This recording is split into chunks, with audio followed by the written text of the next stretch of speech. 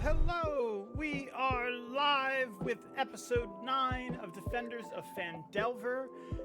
This is our penultimate episode. We have one more episode left after this, but we do have to get through some announcements before our amazing session. I have tons of stuff planned, and the party does as well. I'm really excited for it. But most important announcement is we will not be here next week. It's unfortunate, but next week we will have to have the week off, but then we will be back the following week, which will be the 26th for our final episode. I'm gonna see what we can work out with the cast, but I'm hoping to make that like a really big episode and maybe have like Q&A and stuff. We'll see. But yeah, that's gonna be the plan. 26 is our final episode for the season, and then we'll be taking a break so that way we can prep for season 3 and, you know, process all the emotional trauma, things like that. Other announcements. Everything that we're doing here is brought to us thanks to the wonderful people at Forgotten Adventures. Forgotten Adventures makes all of this possible, and we really appreciate it. They basically make amazing maps, tokens, and map assets. All the maps and tokens you see on our show are made by them, and they also fund the show and its production along with the custom character art you see on screen a lot of the time. That was all paid for by them. So give your support to Forgotten Adventures. You can do that at patreon.com/ForgottenAdventures or patreon.com/FA_battle-maps. That is where they have all of their amazing battle maps available, including all the maps for Phandelver, which, believe it or not, they have available for free. You don't have to pay for those maps. You can get every single Phandelver map that we use absolutely for free. So yeah, thank you so much for that.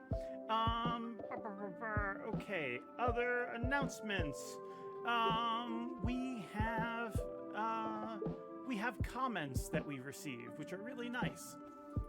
This first one, these are all comments from our YouTube. This first one is from Keeper of Flenneth. Loving the show, but man, it's hard going week to week now. Haha. Well, back to Fears and Fortunes. Plenty of that to binge till next week. Yeah, you know, and it's going to be even harder once we go on break. But we're going to try to get back as soon as we can so we can continue our wonderful show. And yeah, we're glad that you're sticking with it and watching the show. Thank you. Next one is from RTFMTech, who wrote, I really wish you would switch up the intro every now and then. It's kind of boring to watch the same exact video week after week. RTFMTech, please, in the future, put /S if you're being sarcastic. This is exactly what that's for. This sent me into a crisis where I started to wonder, is our intro repetitive? Even though I do make changes like every couple of weeks. But yeah, appreciate the comment. I found out later that he was joking, he explained. But yeah, /S to indicate sarcasm. Next one is from Psychips. Hello, start to binge both Phandelver and starting the second season of Fears and Fortunes. I found you all from Gracie and have been loving all the characters, especially the trumpets. Wow, thank you so much. Also, Carrie's recap got me crying laughing. That it does seem to have that effect on people. Thank you so much for the comment, Psychips. And next one is from Sildari Kitsune, another fantastic session. Loved the bit with the Arno at the end, and Holdak is a fan favorite. Wow, I did not expect that reaction from Holdak whatsoever. And this one was on one of our reels we posted, which includes the scene where Penny casts friends. This person said, holy fuck, I can't tell if the acting was in character or not. God, that's impressive. Hey, great job, guys. Yeah, it was very believable. It was very good. And last comment to take a look at is from our wonderful friend Fawns and Forests. This campaign is fueling me emotionally, energetically, and creatively. You guys are so inspiring and so amazing at what you do. Val in this episode had me howling. That's my kin. Me and him are family. And the scene where Penny and Navi reconcile literally was crying my eyes out. That quote, I don't see you as someone outside my heart. You live within it. Maz, like, who are you? I'm obsessed with your words, girl. just so nice. It's so incredibly nice. Thank you so much. Speaking of Fawns and Forest, that brings us over to fan art. And the first piece is from Fawns and Forest, who made this wonderful illustration. They sent this to me without sending it to Gracie first. Thank you for DMing me this, so that way we could surprise her. Next! Very adorable. Oh, shoot. I have something I would mention. Max, where are you? I know you're in chat. Hide. God, I love this. I love this so much. I love this. The betrayal is wild. One moment. The betrayal. It's a very wonderful piece. I want to show you guys my reaction the moment I saw it. I almost forgot to share this. There's drama in the boys' shack. Hey, stop. Bro. That's not the betrayal I meant. This, That's what I thought. for context on this, this was the conversation me and had when she sent me this art. I got her permission to share this. Oh my god, I love it. Oh no, are we shipping them? Like, I'm not shipping them. As platonic or romantic, I think they are very good for each other. I'm going wherever the ship sails me. So yeah, Agreed. that's, I love you it. know, we have a lot of ships here, and we don't know which ones are leaving the dock or which ones are sinking. You know, we They'll just gotta just play it by travel ear. together. We're just building them. What if we That's all it. just tie them all together? It's and we're just like a haunted big ship shipyard. family? That's what this show is. Yeah. Nobody has a It's just a license. shipyard. Oh my god, Christ. Just wait for today's episode, everyone. You think you're What does that crying mean? now? That we're all making out. We're all making out. Wait, I'm sorry. You think you're crying now? Because you haven't seen this art by Jesh, one of the amazing artists from Forgotten Adventures, also known as Joe. Sent this to us, and it's awesome. Yeah, right? Gonna zoom in a little bit. Yeah, This hurts me. it hurts. There's also This a hurts slightly us, nicer Jesh. version. That's better. Yeah. The purple helps. Uh-huh. Yeah. Well, also this one they Helps don't have hide like my the tears. sickly, blight veins in them, and the Oh my god, mascara he's switching back coming and down. forth. It's hurting. Oh wow. So yeah, Ah, This is beautiful. things My can be heart. true. Thank you so much, Joe. Really appreciate this. We're gonna be okay, Gracie, right? No, we're not. Everything's gonna be fine. babies. The party has asked me repeatedly if they can go and hunt down Bessie, the giant badger that escaped last session. I don't think that will be possible because they have fan art now. This one by Emily, aka Dinnerwin, I hope I said that right, from the Forgotten Adventures team, made this adorable art of Bessie and the Goblin. But wait, there's more. They made this, and then we started talking about how adorable it was and how it looks like a children's book. And here we are. Oh Ah, Adventures of now Bessie I and I want to can't be kill it. Grimble so This is bad. so perfect. I just want to be Grimble so bad. Now I bad. can't kill Grimble. Uh, Now they have to live. No, at them. if they Look at had the how chance of happy being the they chosen are. one, they can totally join our team. They are arguably the happiest character on this show. Not arguably. Not arguably. Definitively. Just Definitively. facts. Just look at that giant face. Look how these guys' cheeks are rosy. It's so adorable. Ugh, Okay. It's too precious. Thank you so much for that. baby. Really love it. And then we have another piece from Android Grace. I'm going to show you this one in stages. First, we have the black and white version, which iconic, absolutely Grace. iconic pose. And Exactly what I then pictured. This is more accurate to the scene itself with all The the teeth damage marks. on them. Just gonna zoom in. Just that face, that sass. Look at it. And Dang. finally, we have a clean version. If we want to just make memes out of it, which I encourage everyone to do. Android Grace will likely be putting this in the Discord for you guys, so you can start rifting with it if you wish. Just absolutely awesome. Totally captures the vibe. thank you to everyone who sent in fan art. It fills us with joy and it keeps us going. And also thank you everyone for the wonderful comments. If you want to share comments, go ahead and post them to our YouTube.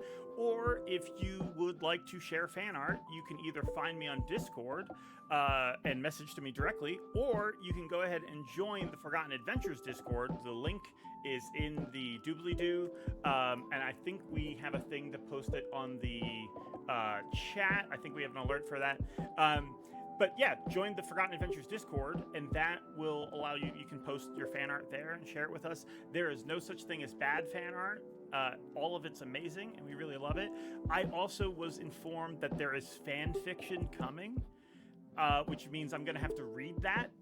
We won't read it on stream, but we'll read it in a separate video to share with you all, because on stream it might take You have a week? It's not that we can't share it on stream, it's just that it would take a long time, and I think the audience wants to get to the show. Speaking of, let's get to the show. We're going to be right back as we play our content warning and intro, and when we return, we'll be jumping right into things. 15 trumpets for George to read the fan fiction live.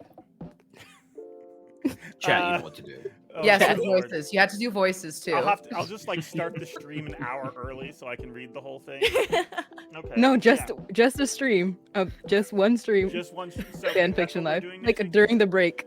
Reminder, we won't be here next week. We'll be here the following week, the 26th, for our final episode. So with that, I will be right back, and we will get started with our show. So don't go anywhere. Be right back after this. Why is it like that? There we go.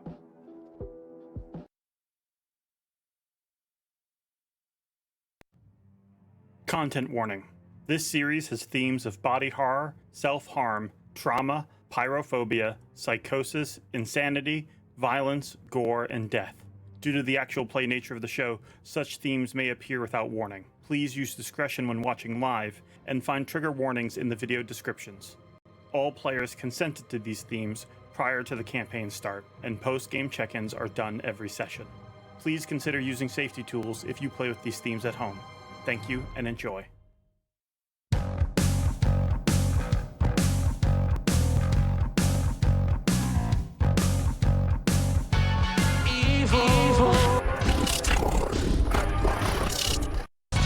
When no one's observing, you have to act. But the threat is unnerved. So little hope, tempted and by despair. It's the end of your rope, and you're all out of prayers. That's when we need refuse all surrender. Refuse when the world leaves. We have to defend her. Defend. We have to defend her.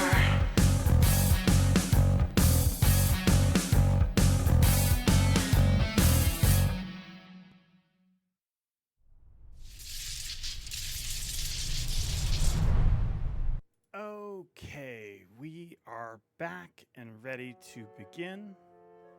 So, the last time we left off, you guys all had a very meaningful dialogue with each other, and then some of you parted ways for the night and got some rest. We will open our session on... We'll open our session right here. It's loading. Right here with Navara. You are just waking up. It is the morning, and the first thing you notice is that Lucerin is getting ready themselves. And they see you. Good morning. You sleep well? Better than typical. It's not a cave, at least. Yeah, who'd have thought we'd be enjoying hard floors like this, right? At least they're smooth, I suppose. Do you have any Yes. plans for today? No plans. Nothing yet. I'm sure there's something. Why? Are you... Well, I'm heading off to help some people. I heard there's a funeral happening later today. Yeah. I do have plans. I guess my brain is just... they're like fully getting out of bed and stretching, and it's hitting them like who is on the, like, who we're going to say goodbye to. I'm not gonna get used to this, so yes, that is the only plan I have right now. Devar, were they someone you were close to?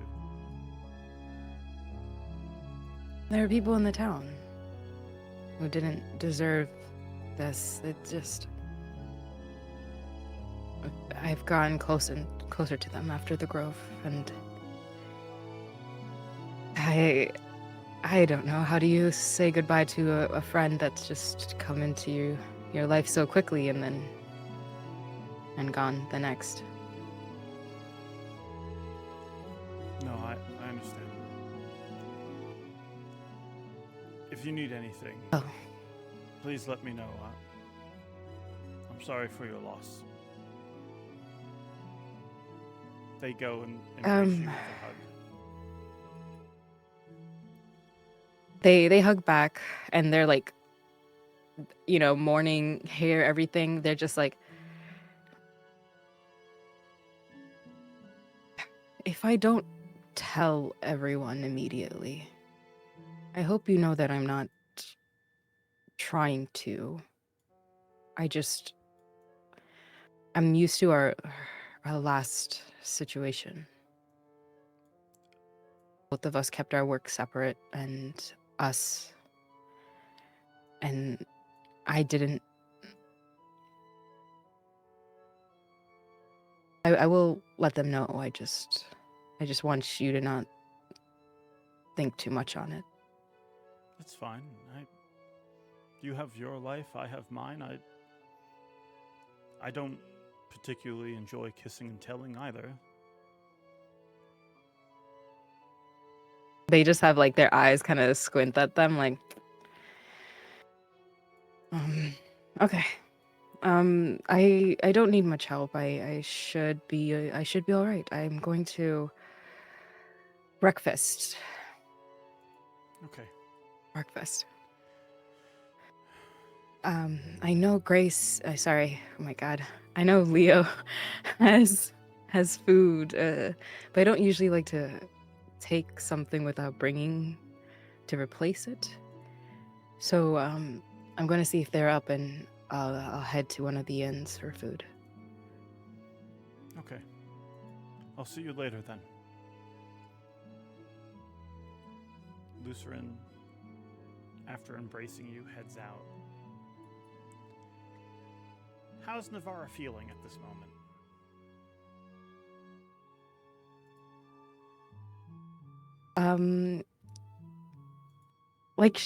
Just very confused. There is so many things that have happened since the last time they saw Lucerin, and it's like talking to somebody they're not familiar with, but they want them to get familiar again, and recognizing like certain things about them that they're just like, this is awkward. This is so awkward because so much has happened, and am I the same person kind of like thing. But they're like trying to do those things. And then when it hits them that there's a funeral, they're sitting right back down on the bed, clutching their face in their hands and like crying for a second on their own. As you cry, you look up and you notice something peculiar. Up on the shelf next to you, where you keep the urn of Yoldak, there is now also a doll that you recognize.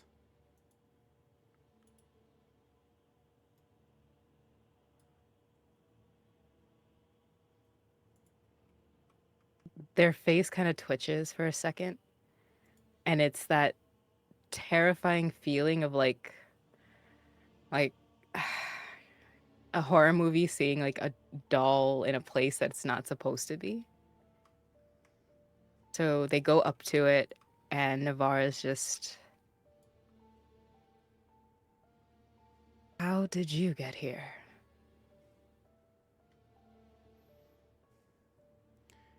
Next to you, in your reflection,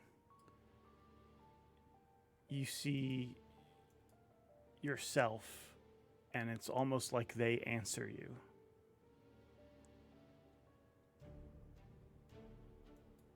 Is it possible one of them left it?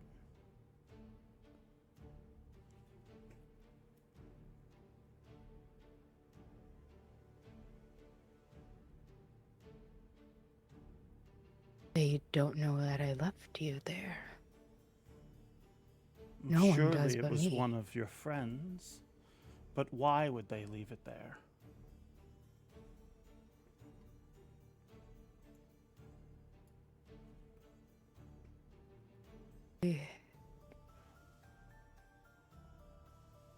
Surely because Benny came back. Yeah. Yes. And they're just clutching it and sitting back down on the bed and looking at it in its eyes.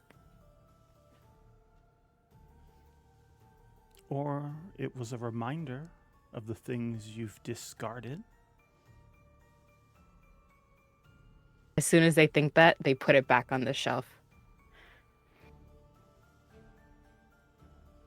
You've discarded a lot lately, haven't you?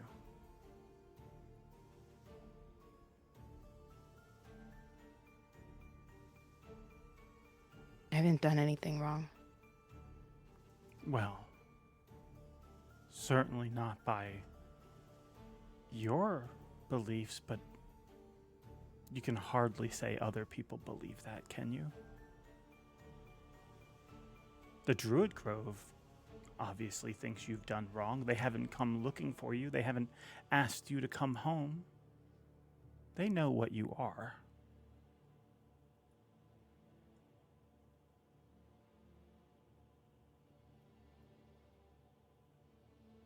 What am I?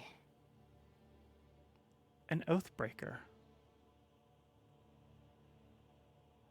Someone who promises one thing, does another. Someone who discards the very things that they claim they hold dear.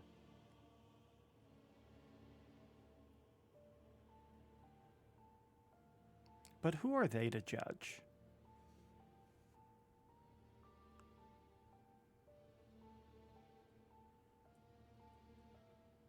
Or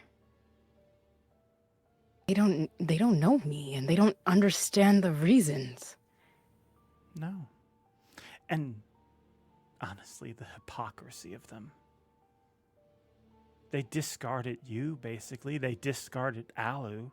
Who are they to judge you for the things you discard?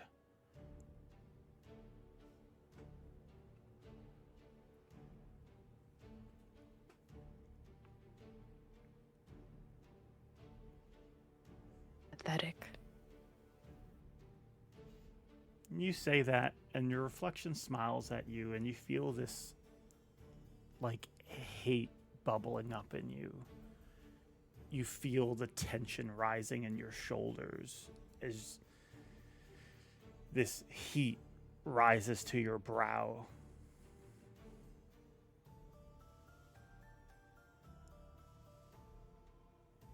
And with that, your reflection's gone. It's just a normal mirror.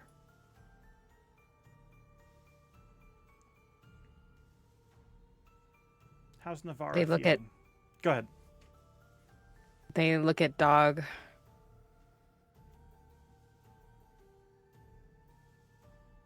I told you to stay put.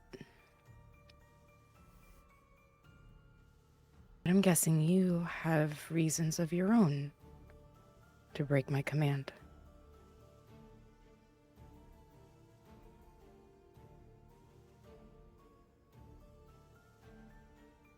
They're just looking around, searching the room for a second, looking back to the mirror to see if anything talks back again.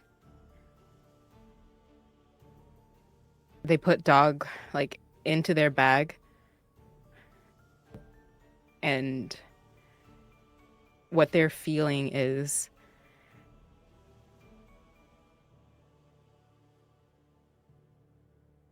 I did nothing wrong. And when they say that last word in their head, they like sigh, let out a breath, and get up and go outside. Okay. Elsewhere, we cut to... Elsewhere... Why does it keep doing that? Sorry about that.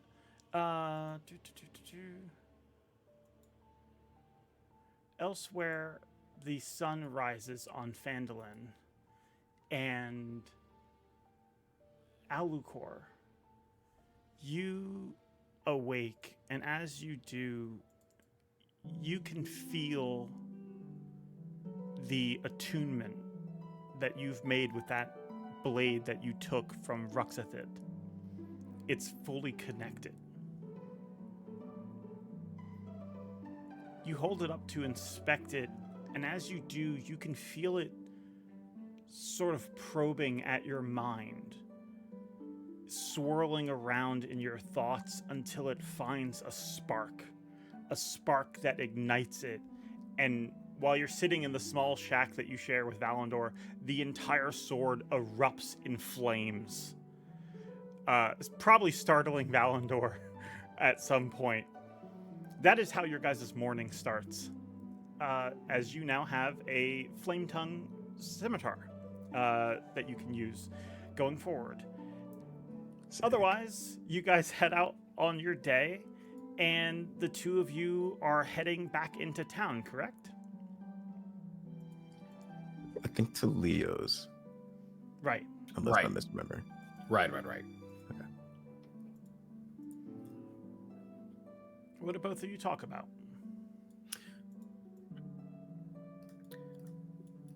I would say Alu's Alu's footsteps are kind of heavy, a little slow.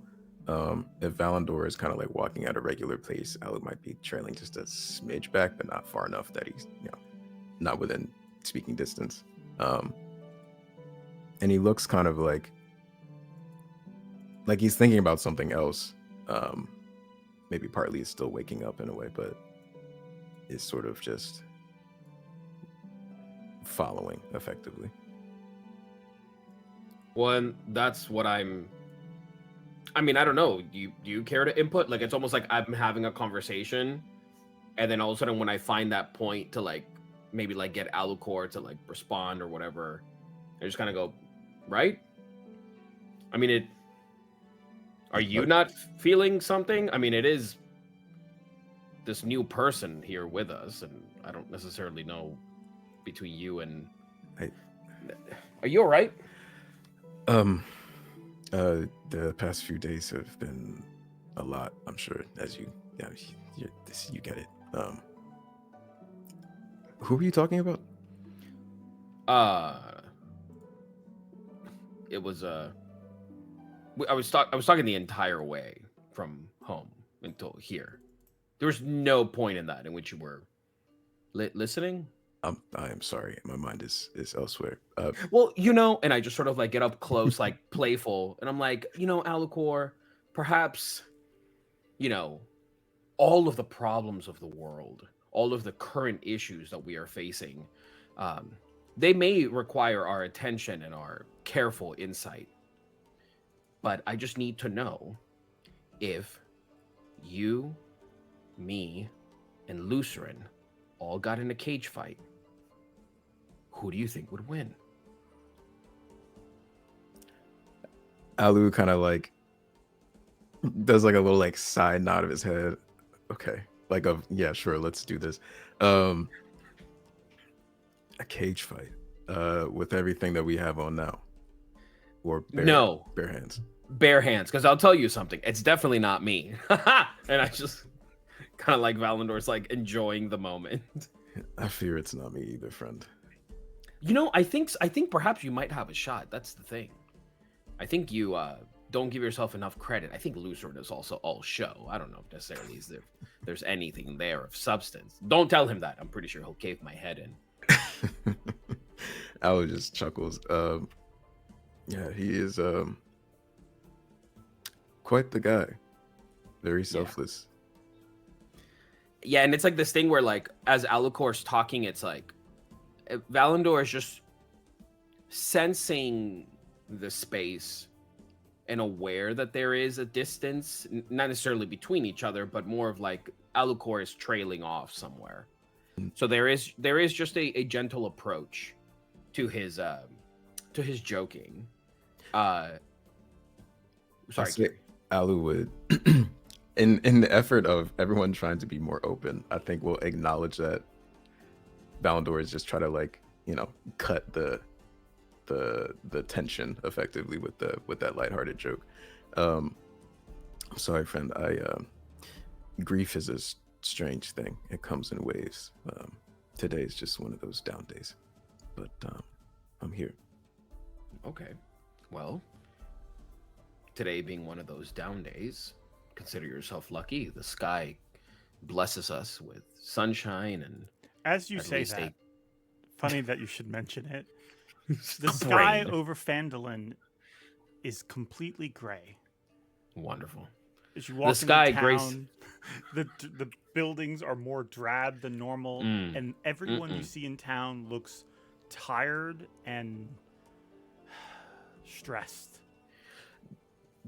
Then the statement stands. Then I just look to Alucor and I say, "Come on, the sky blesses us with sunshine," and then it's just like this gray clouds up above, and I go, "All of it basked under its greatness."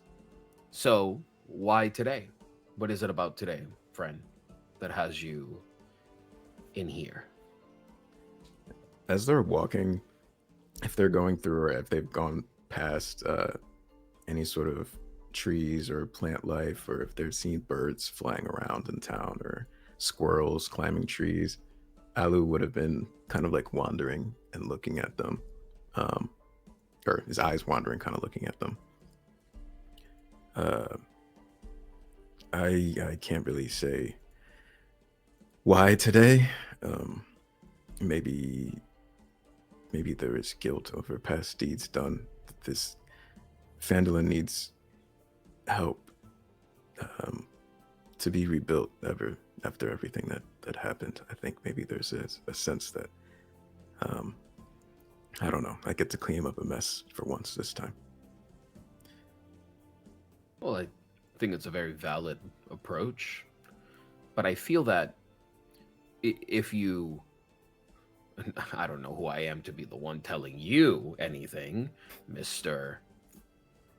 Alucor, but I feel like if you carry yourself with so much, I don't know, responsibility, there is a realistic expectation that you can set upon yourself, but then there is also a level in which you might go too far.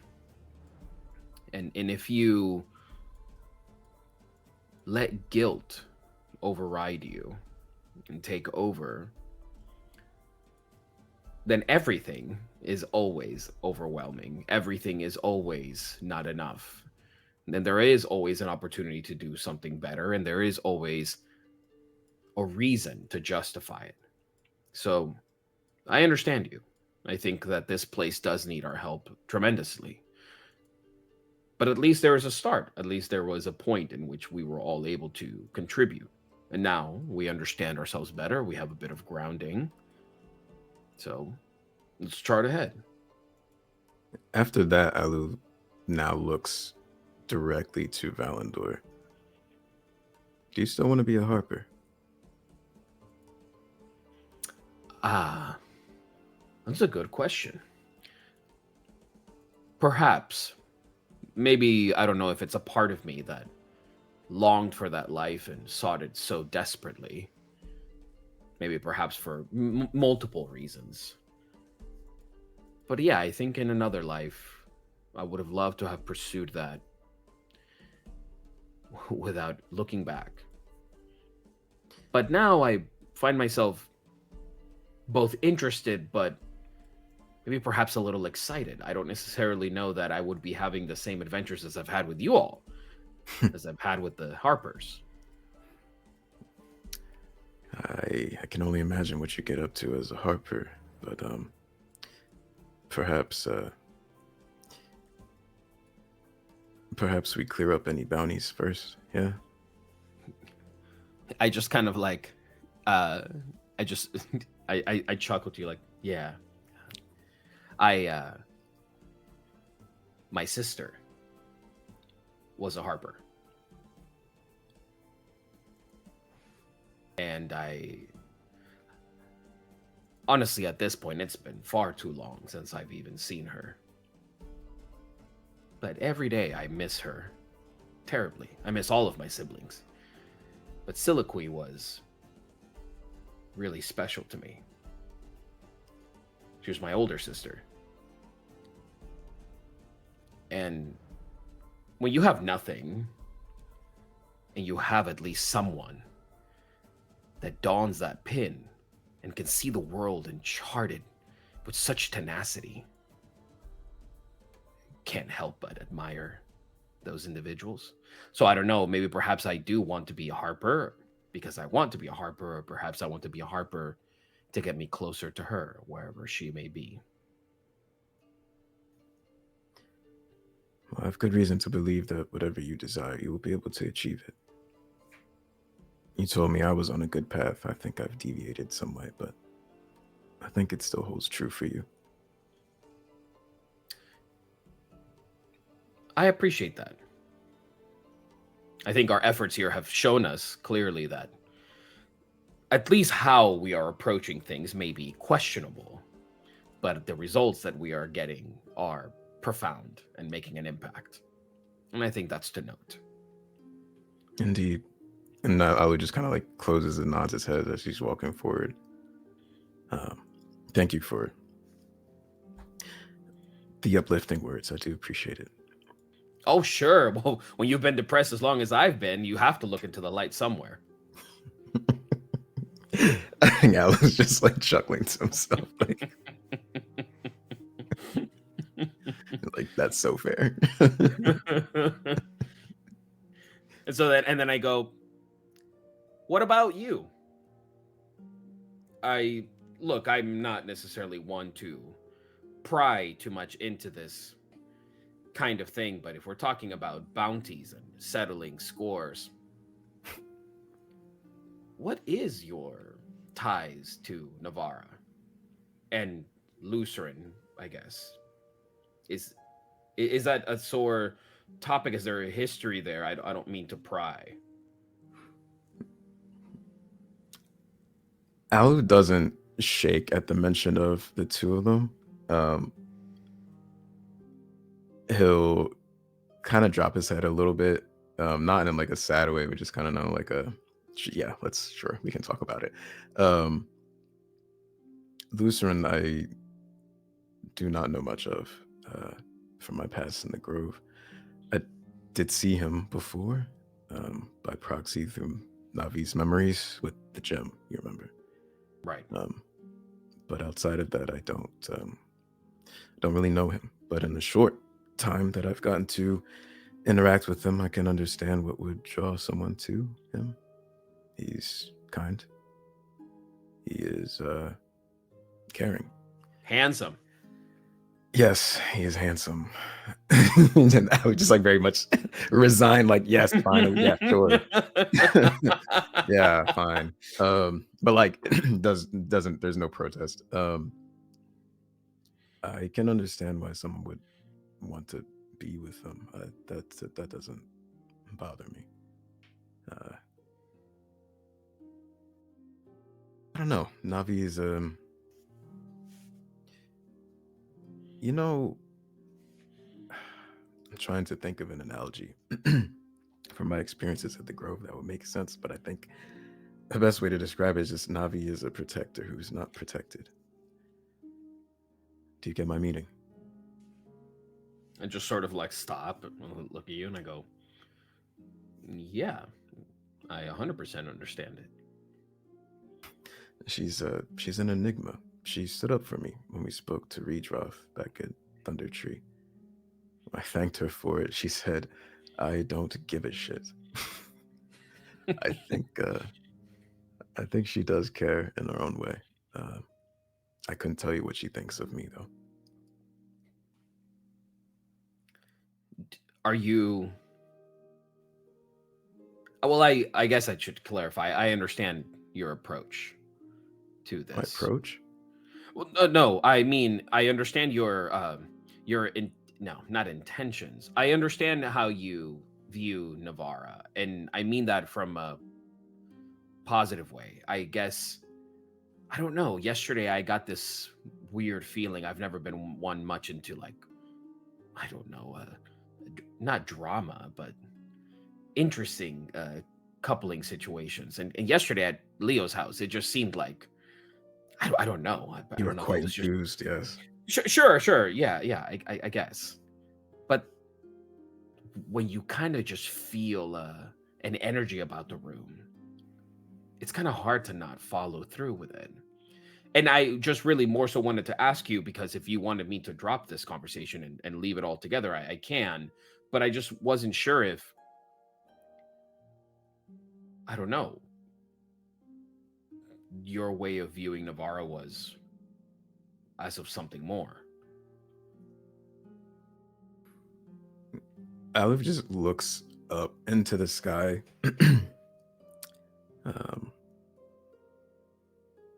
Truth be told, friend, I think there is. It's been some time. Maybe the feeling is been lost to me. But sure.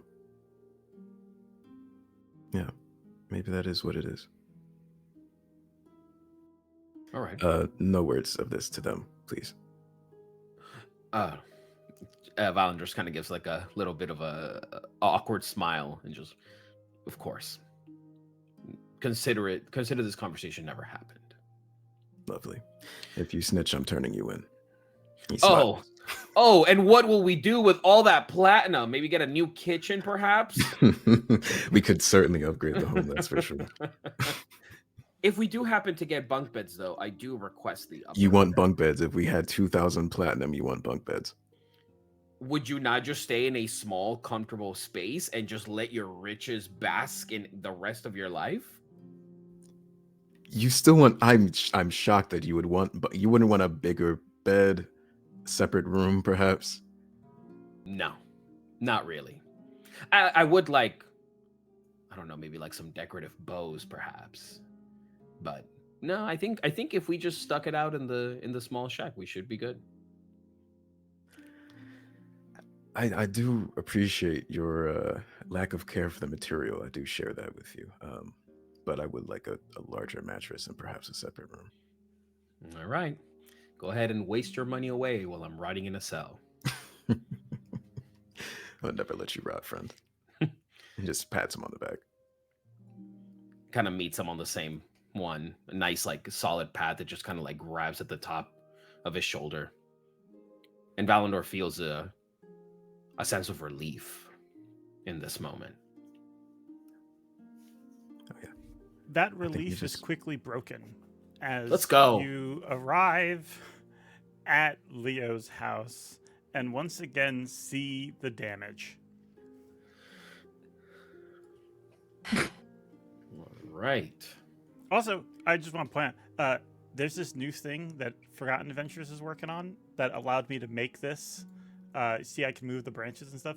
It allowed me to make this in Foundry without opening a map editor, I could Oh, just wow. bring in all these assets really quickly. It was great. That's so cool. So, yeah. Thanks, Forgotten Adventures. So cool. Forgotten Adventures. Forgotten That's so Adventures. cool.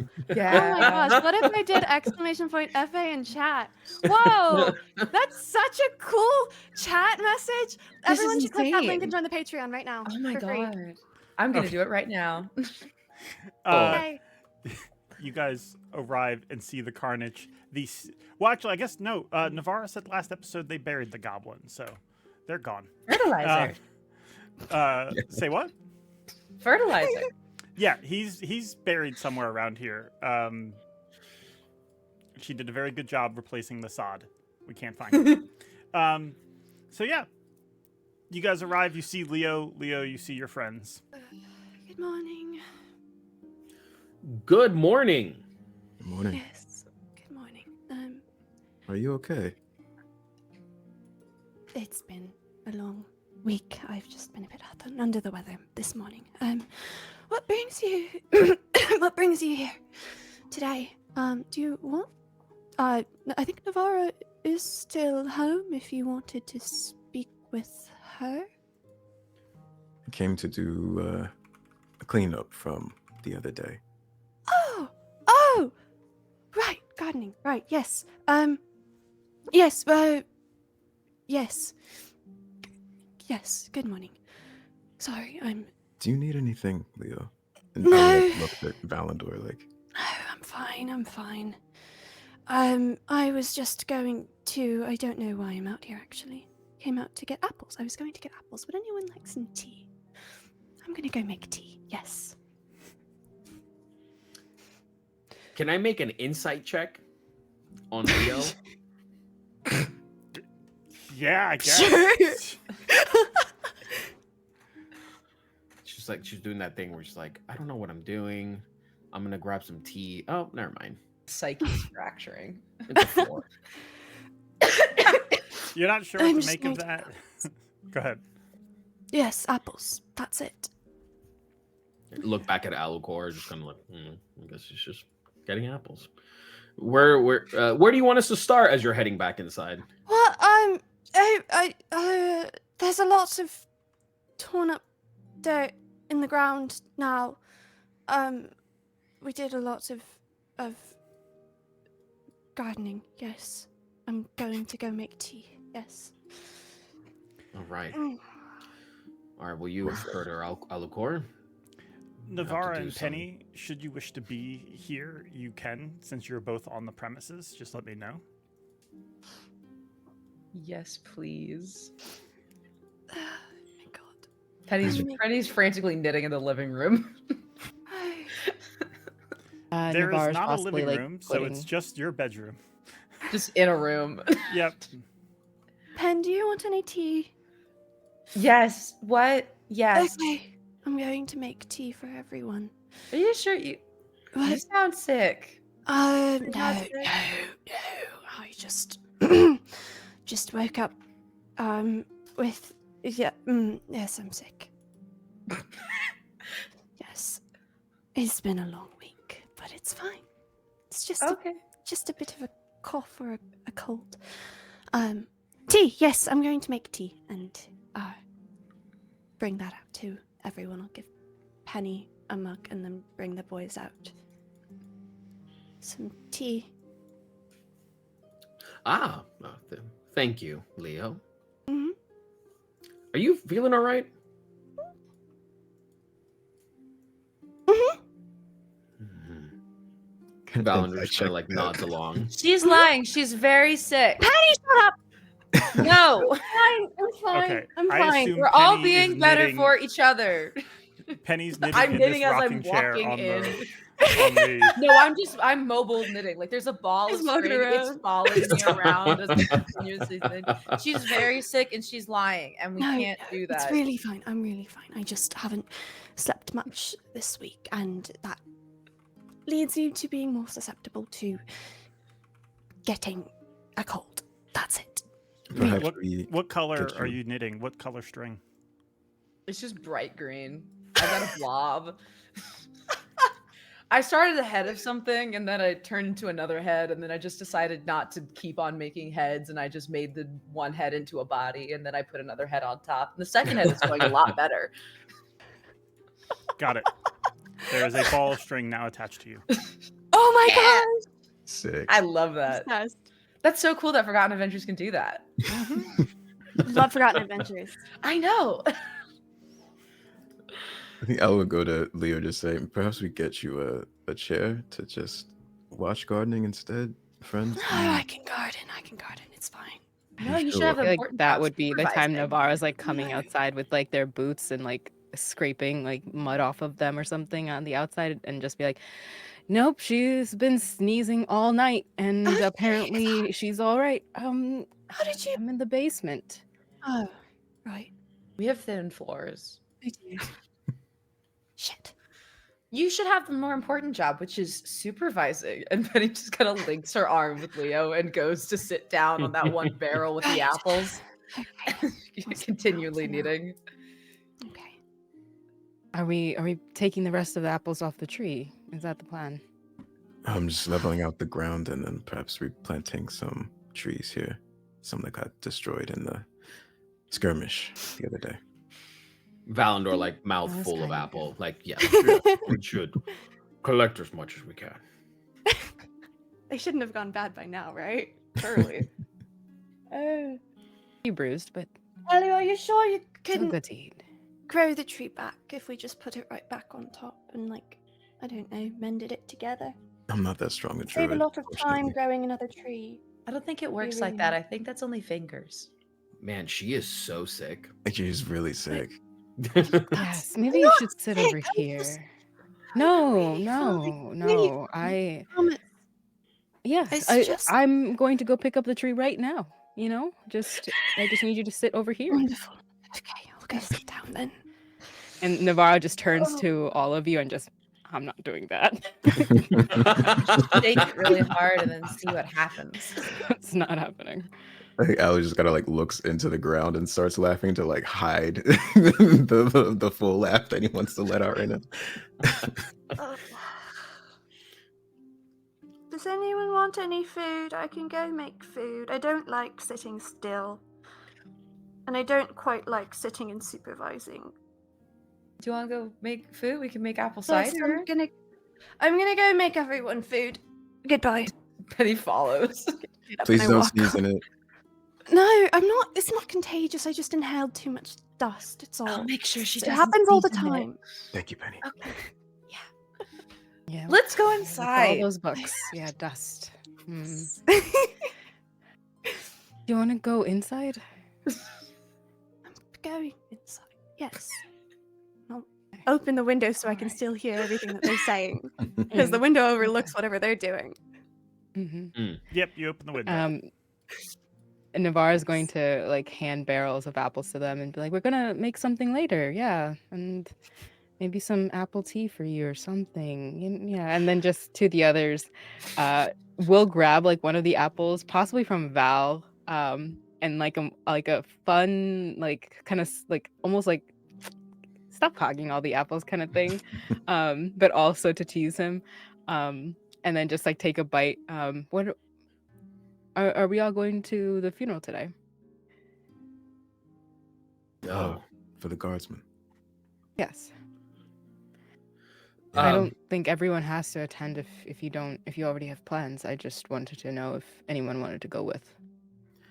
I was planning to head into town after cleaning up here, but I can catch you in town later if you're heading that way. Well, what is it you have in town?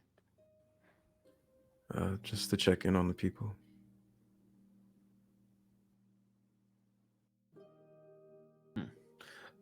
Yeah, I'm not sure necessarily what we may want to execute with our time.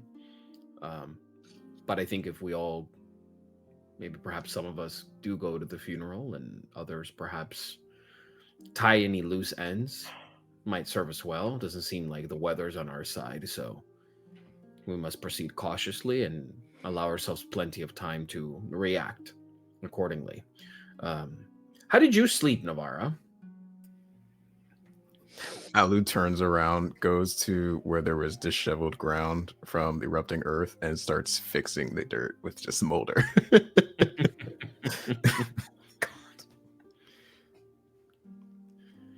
They're like contemplating the things like what they have to do, and even muttering to themselves like, oh, and there was something that we had to do for the alchemist, and something about a well. I can't remember those things, but I would love to go. And they're like looking at Penny but not saying it, and as soon as they're staring at Penny and hear Val ask that, they shift over to Val. Poorly. Sorry to hear that. But at least you're here. Are you? Yes. And Valandor is not very good at this. And he's like, "Are you here? You just you alone?" No. As I was yesterday. Right. And the day before. I bring out a tray of sandwiches at this point. No sneezes included. Ooh. Here you go. Everyone have Thank you. sandwiches. And then Some if food. Val grabs one and is like, you're not eating that, just like I'm not contagious. I'm not. I'm really fine. how many of us are you seeing right now? 3. Leo, I'm here too. Each?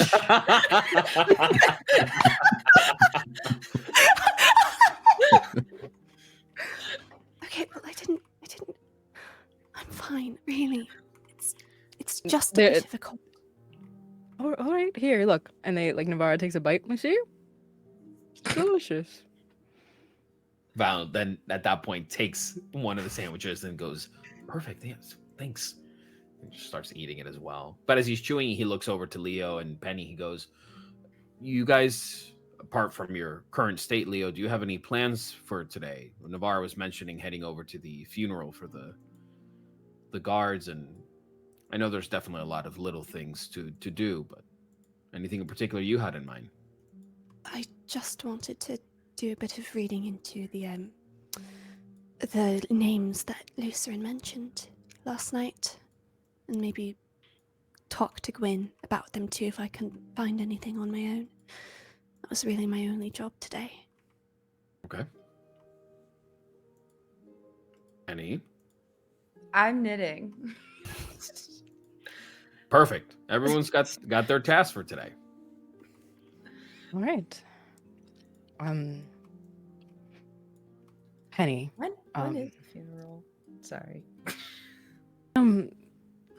Should let's see, be soon.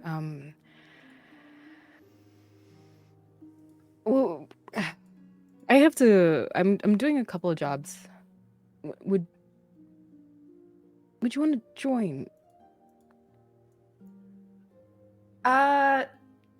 Penny looks to Leo. No, they're saying it like away from Leo, just as they're like good at doing sandwiches and like very like quietly. We Leo's can just eating a leave sandwich right note. now. Yeah. Yes. I can do that. Definitely. Penny's fighting the urge so very hard to check in with Leo about the current situation, but she's making decisions on her own. Yes, I can help with errands. I do it all the time. Yeah. I do it all the time. It's so cute. Yeah, there's the one time Navarre- with the lady in the well, and we were supposed Yes. Full disclosure, that one assignment going to the well, that's like your most pressing one. That will take about 2 days of travel. Just know that if you guys go on that quest, you're not going to miss anything here. We're just going to breeze through that travel, get you there, get you back. good. But just to give you an idea Oh. of the time you're spending together. Mm-hmm. And Navarro will be like, "What lady? Well, I'm talking about. I have shipments. What is the well?" There was a lady in a well. There's something in a well. Roll history checks, both of you. Yeah, I forget where I heard this information. And I don't Val think is where Navarro's you been heard told it. this information. Someone else was talking about it, and Yeah, like Yeah, there was this no is like lady third ever mentioned person in a source well. for. I'm You're thinking of the combining. Banshee, I think. I'm Plus, they were combining the history. banshee and the well into Yes. the lady in the Oh, well. For 2. Navarro. Unnatural 20. Awesome. Okay. You don't remember Penny, but you sort of like pick up a bunch of surface thoughts from your friends here, and like using the vague recollections of everybody here are able to Well. form a coherent picture. What you remember is that Sister Grayley asked. She had asked you guys to go and visit the Banshee and to learn about the whereabouts of a spell book. The Banshee gave you that information. That information has led to an old well known as the Well of Owl Bears, or Owl Bear Well, or something like that. Give me one moment. Is it Old Owl Well? Old Owl Well. Yes, thank you. Dang it.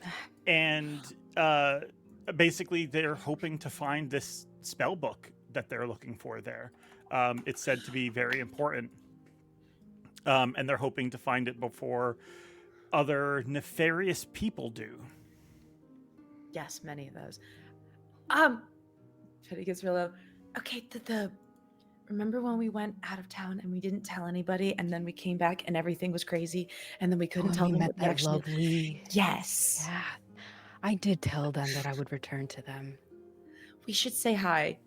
We should bring there's- some apples, some of these sandwiches. She likes the. She wants something shiny. Shiny. I have buttons. That'll do. Okay. There is a well that she wanted us to go visit, but we can't really talk that loud because I forget if we told Leo that we left and didn't tell her or Alucor. He left a don't think we note. did. I don't think she read the note. I think I'm remembering right now. I took the note. She didn't see it. I put it down, and then I had like a lot She of was really good busy intentions getting with it. stabbed and left inside of a burning building. Yeah. We shouldn't bring that Many up. such I feel like cases. I don't want them to Well, remember. we're on like an honesty kick as a group, and I really think that it's like kind of nice to be telling everybody all this. Do we? Well, we're not necessarily like lying, but we can tell them like that there was this unfinished job that we have to do. Maybe we tell them after we bring the book, and then it's like a good news, bad news sandwich where it's good news we did something nice, bad news You only we have to get left a town, book out of a well. good news there's How a hard book. could that be? I mean, I'm small. You strong. you Exactly. low, It's I'm just down. a quick and then quick back and then Yeah, this is good good. news, This is good. bad news, This is good. sandwich. And when they say sandwich, they take a bite of Leo's sandwich. Yeah, it's good. Navarre and I are gonna go on a trip. We are standing right here. Okay. Just Now? yelling right next to us. Leah just is like such a head cold. She came here. No? Obvious discussion. Yeah. Okay. It's just a small trip, and I will be back I'll be back soon, but Okay. it'll be Okay. fine though. Do you want any sandwiches for the road? Yes, I take all the sandwiches away. Oh. Okay. I'll make you more. Didn't even get one. I dump them all in my Okay. thing. Yeah. Alucor's the actual one actually doing the gardening, and it's like, what the hell? We're gonna we'll get a present. I'm picking up apples as I'm backing away. Okay. Penny's. Okay. Where are you going? Oh well. I looked at presume Valandor to see if he remembers. Navarre and Penny are going there after the funeral, which Yes. means Penny's bag will funeral be snacks. stinking of sandwiches throughout the funeral. They can. Sandwiches don't get bad that fast. They don't No, get it bad. depends that on what the fast. sandwich is. What kind of sandwich is it, They Leo? were apple. Sandwiches. Tuna? Probably like apple and peanut butter. Okay, No. just making sure.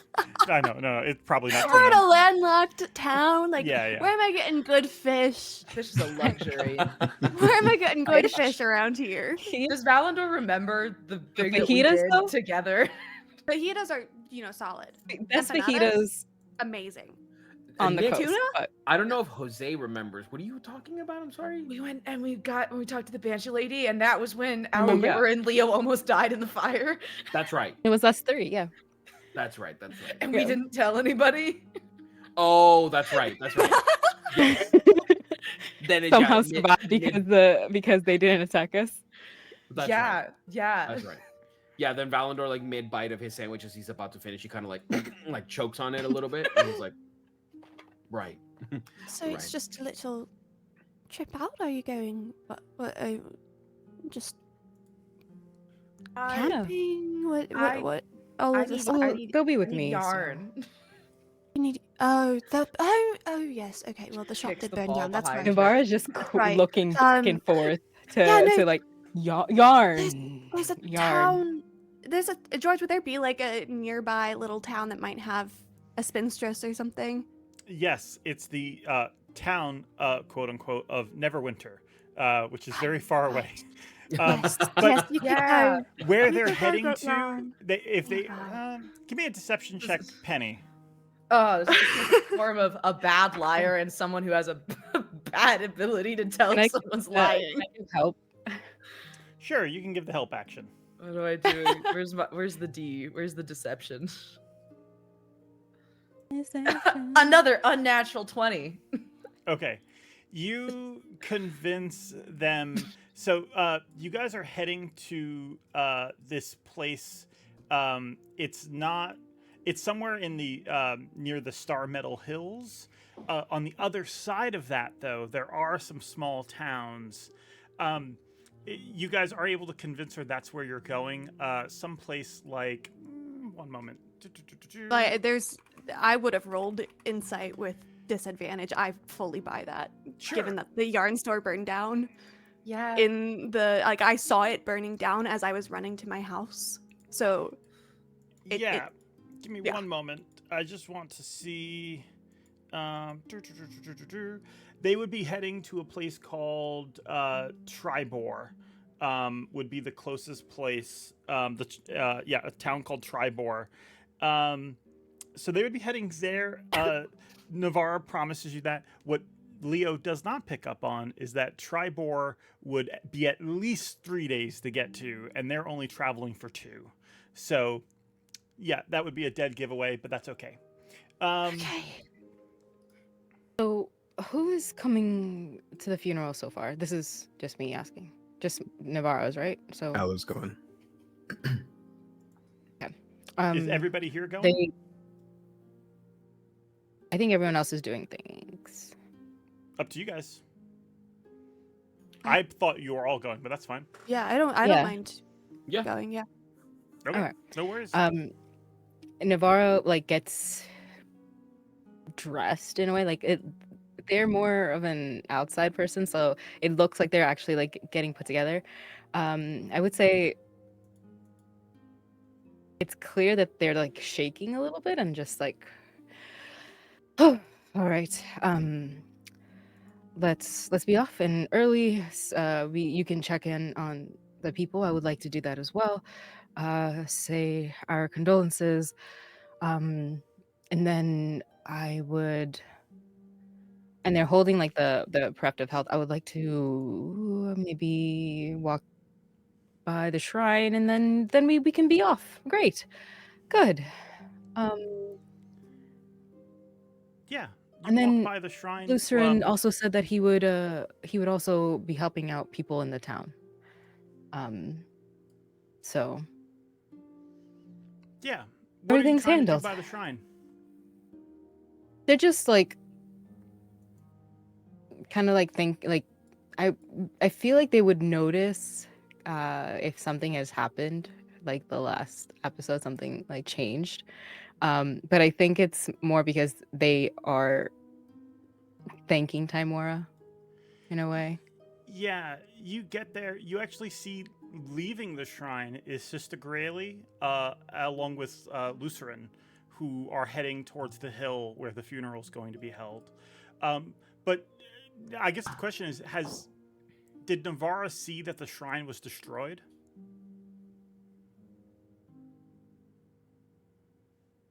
I feel like they did, but I don't Okay. know.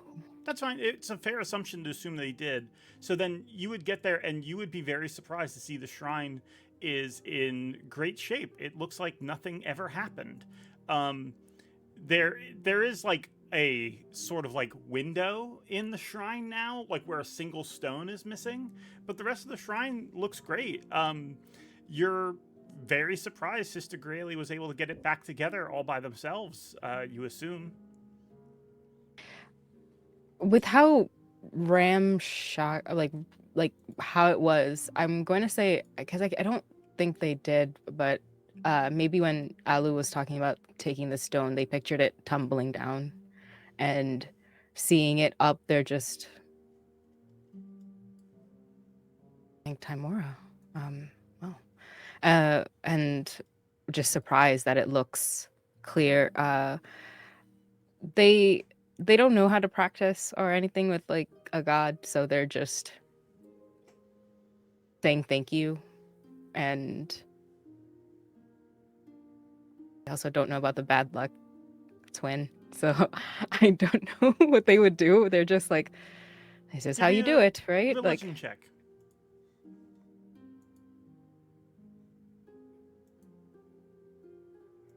that's a 1. A 1. Yeah, you offer a prayer. You're happy to see the shrine in good shape, but you don't feel anything. It feels cold, and as you stand there, there's a moment you look down into like this offering bowl, and you see your reflection again. No one's listening. And that's all it says to you.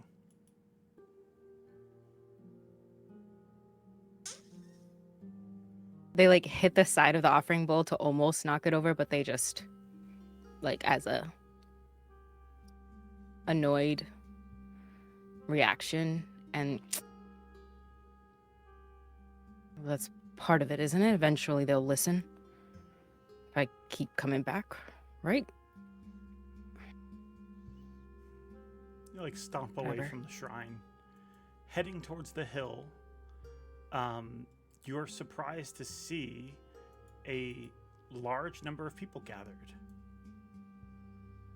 Almost everyone from town is gathered there. You see Sister Grayley standing beside the coffin, and the sort of stone they placed to remember them. And yeah, you guys see among the crowd is Toblin Stonehill and his children. You see Greska, you see Lene, Gwyn Orsong, and Harbin Wester. You also see Lenar, and Lenar is there with a very big cow. You really did love that cow. Sister Grayley speaks up as everyone comes in. We are all gathered here today to mourn the unfortunate passing of Narth Gemroot, a beloved neighbor, a respected farmer, and a protector of Phandalin that we were all fortunate to know. Narth took a great risk the night he fell in the line of duty, a misfortune we will all mourn. But in spite of that, we trust in Lady Luck, our goddess Timora, to lift him with the eternal fortune of her love and care. Narth is remembered by his good friend Lenar, his watch captain Navara, and his beloved prized cow, Daisy. Daisy chimes in. If you may all No, I was please... right. Go ahead. Navarro was like somber at that moment, and then to the rest of the group they just hear the moo and they look at like this.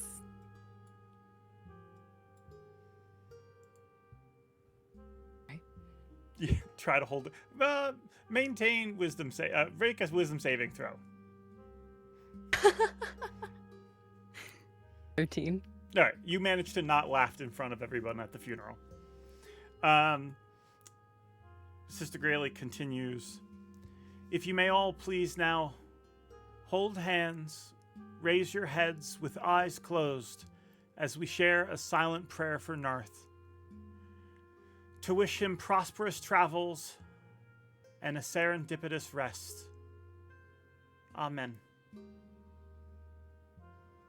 And with that, everybody approaches, pays their respects, and you guys see all around the crowd are various people from the town.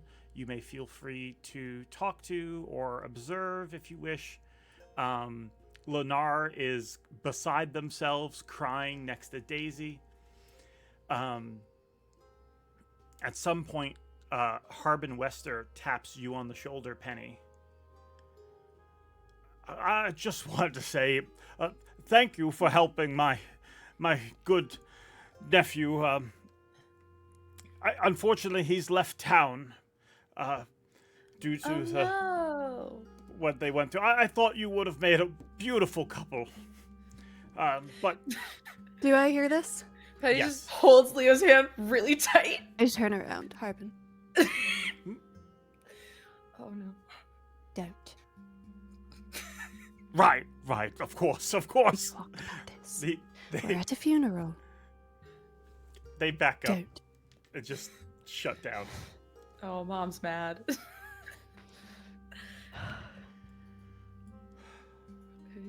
Anyways, He kind of looks back, like, sorry. He's And then fine. he just turns around again. he's fine. Yeah, definitely. Are you sure you're not okay? You sure you don't want to take a nap? Maybe I'll take a nap after you leave. That might be. I will take a nap. Yes, maybe a day nap. Power nap. Okay. I'll start if Gwen is around. I would Yeah. go to speak with her, but not before. Like if anyone else has any funeral stuff they want to do. Yeah, Navarre will just go around to Narth and everyone, to Daisy, just give them a pet, like a big hug, and then like to everyone, just like really strong handshakes of like my condolences, and if you need anything, please, and then like that would be their Narth, entire funeral. Lenar is just. I just. Let it He out. was big guy. right there beside us, He was. and I don't know what to do with Daisy. I've never owned a cow before.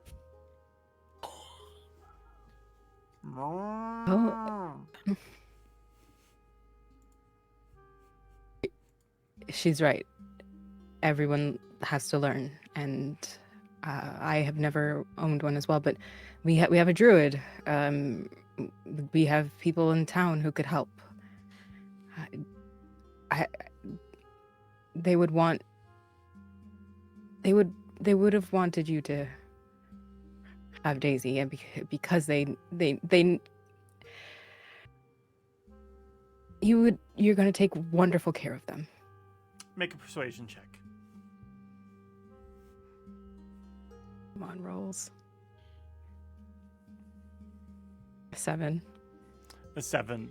Lenar, still sobbing, doesn't seem very confident. Yeah, Navarre's gonna take them into like a weird side hug and just like start patting them, knowing that didn't work, but make eyes with Alu like,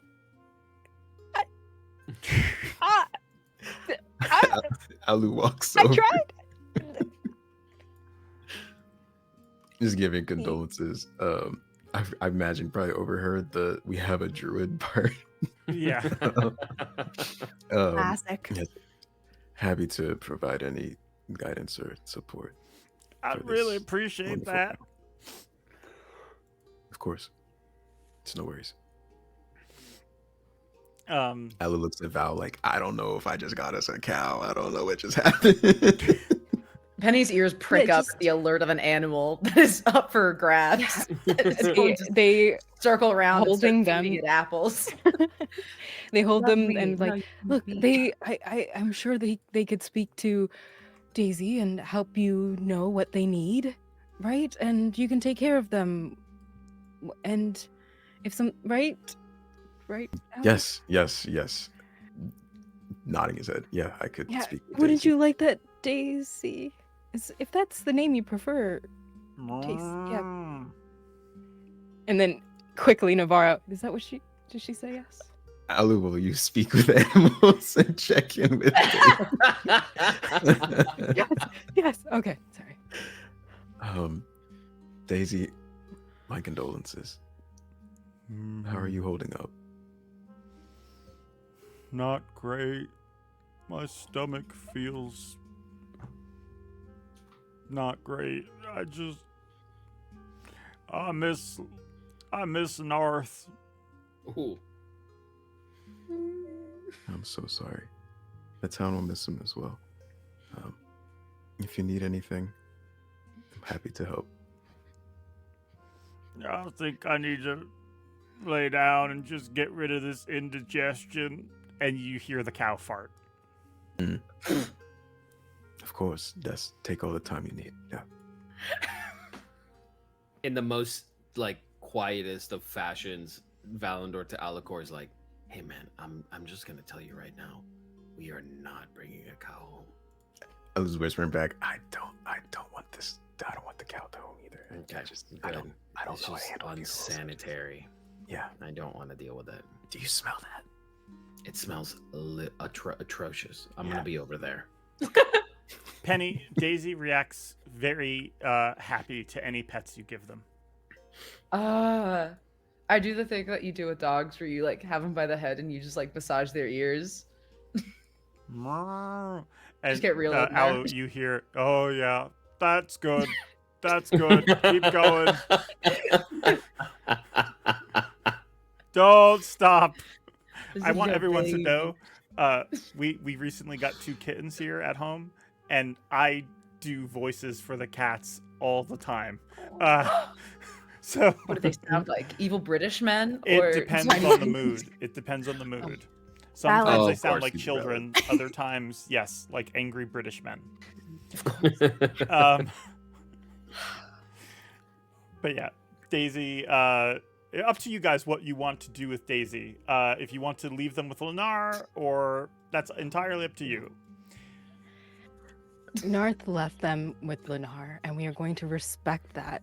We are just providing support for a person who has never owned a cow before. And so Of course. Navarra just does that and then steps back. Of course, support. Penny is already planning on stealing the cow. Yeah, Navarra takes a step back, and then you take a step back with the cow. Yeah, towards Navarra. definitely. Alu with like a bow, like takes a step back and returns to the rest of the congregation. Okay. While that was all happening, Leo, you do have a chance to talk with Gwyn if you would like. Yes, unbeknownst to her, there might be a cow in her home by nightfall. Yeah, I want to go over to Gwyn. Gwyn, I know this isn't proper funeral conversation, but I was wondering if I could pick your brain about a couple locations. I have some names that I was given that I don't recognize. Sure. Sure, what you but- got? What do you know about the names Talhundreth, Talhund, and Gibbet Crossing? Talhundreth, that... Well, give me one moment. They're going to roll a history check. Where are they? I believe she has... Nope. 1 second. She's they got have like a their plus own- 20 to history. Like she's so smart. You don't even need to roll really. They actually provide stats for her. So one moment. Totally so smart. Here they are. Worth a shot. History. Okay, I'm just gonna roll a d20. That is a 2. Fuck. I'll have to check my books, but it does No ring a worries, there's bell. no rush. Okay. Yeah, wonderful. If you have anything at all, I'll be in town. I'll be around.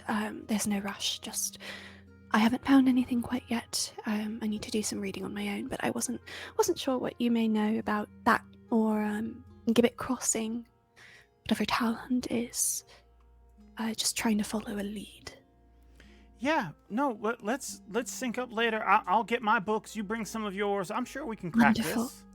Fantastic. Thank you so much. I'm looking forward to it. Meanwhile, Alu, as you are heading back over to them from your conversation with Daisy, you are stopped by Toblin Stonehill, the owner of the Stonehill Inn. Excuse me, Alucor, Yes. right? That was me. Hi, my son would like to give you something, and he gestures to his small son, who's about like 10 years old. His name is Pip, and he hands you this. Cool. Oh man. An angel. Oh my god. I was going to take off his gauntlets and very gingerly grab and hold this picture. And then he'll crouch down to be eye level with the kid. This is fantastic. You did this? Yeah, huh? Wow, you did such a great job. The owl, Navi's eyes, Valandor's eye. Wow. You're my favorite. This is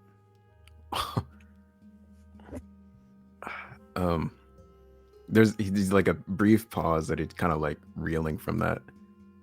Thank you.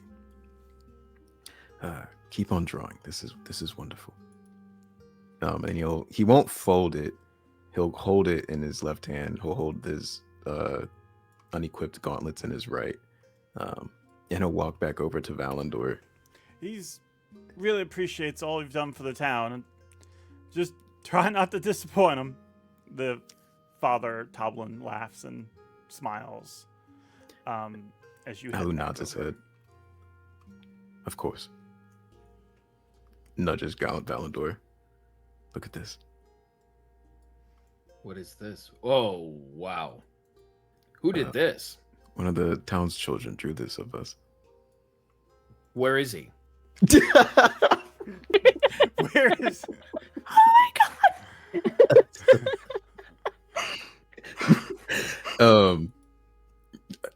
What do you mean? What? Where to is thank the, him, right? To thank him. Where is the kid who drew this? To thank him, right? Alucor, if you value our friendship, you will tell me where this kid is. This is I a lot need- of energy right now. I need to understand if you're going to hurt a child over a drawing. Valandor. How loud is everywhere? How loud are you guys talking? I wonder if it's like an angry whispers to each other. Yeah. Exactly. Yeah. And Valandor just kind of like stops and just, what makes you think in any scenario I would be hurting a child? And then then in a joking but very close and like, unless that child is inhabited by interdimensional beings of some degree, but if it's not, just tell me where the fucking kid is. they say what makes you think I would hurt a child, and you briefly remember his wanted poster that you saw not 2 nights ago. Oh God.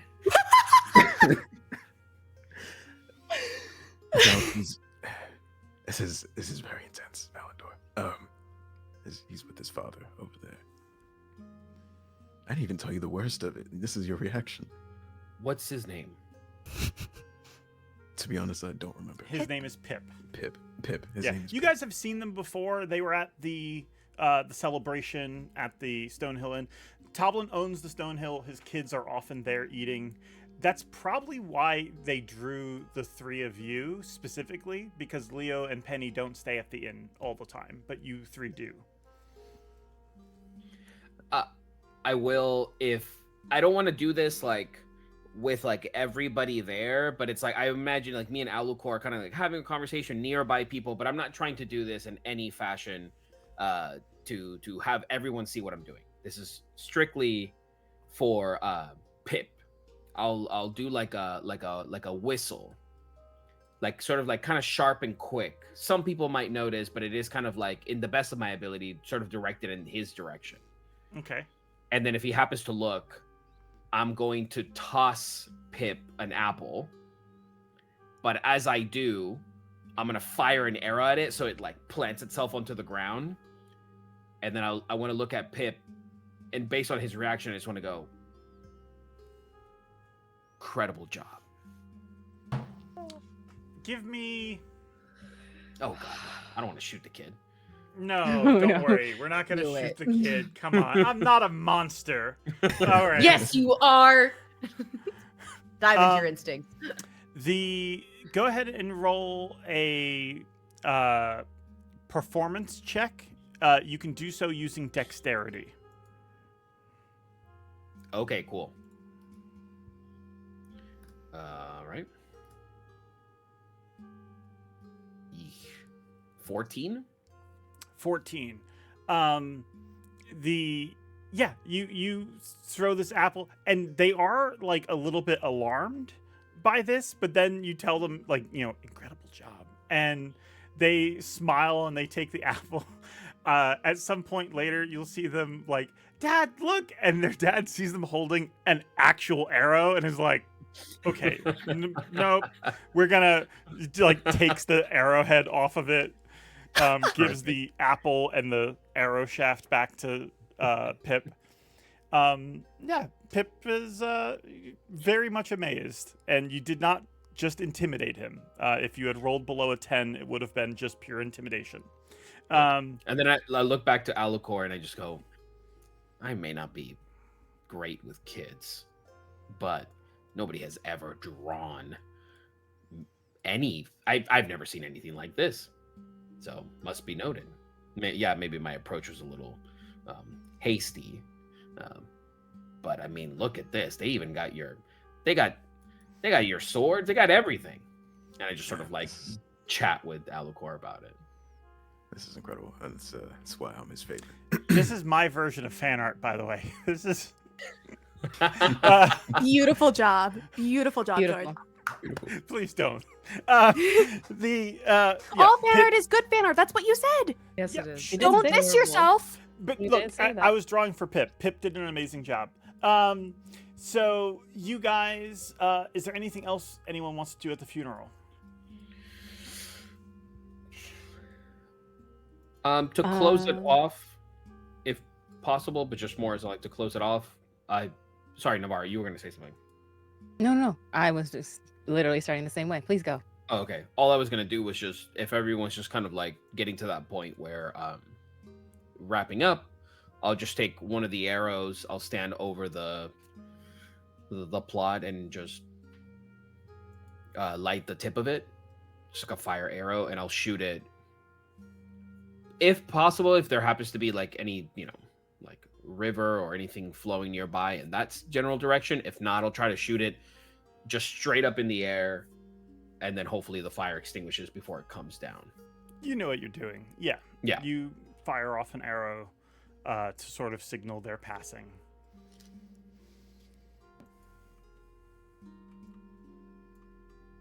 And with that, do you guys all head off? Cool. Okay. You guys venture away as everyone disperses. Give me perception checks, everybody.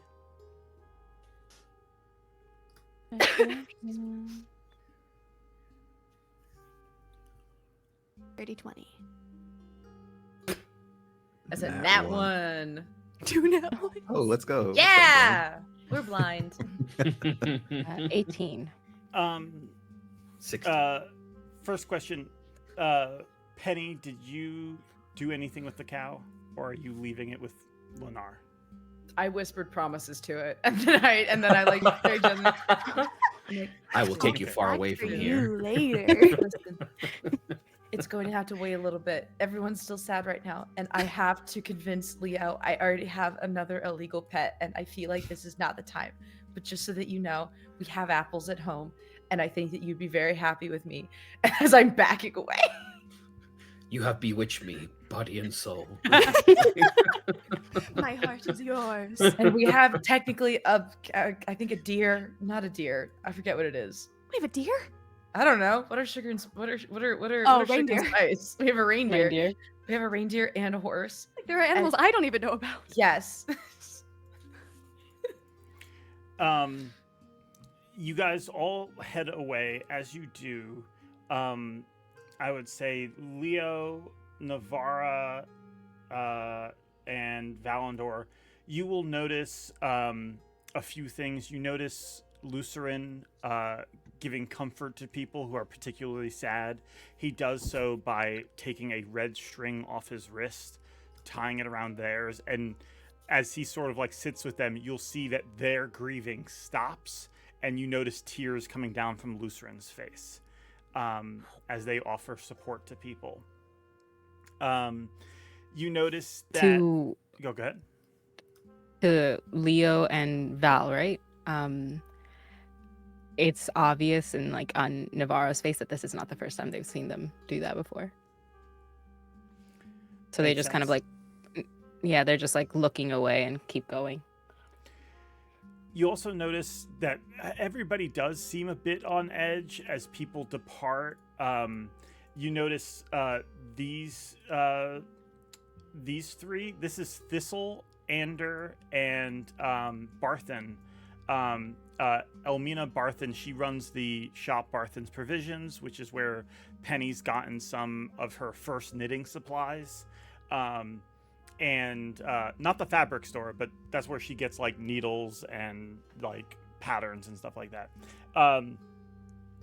You see them. Ander is like not having a good day.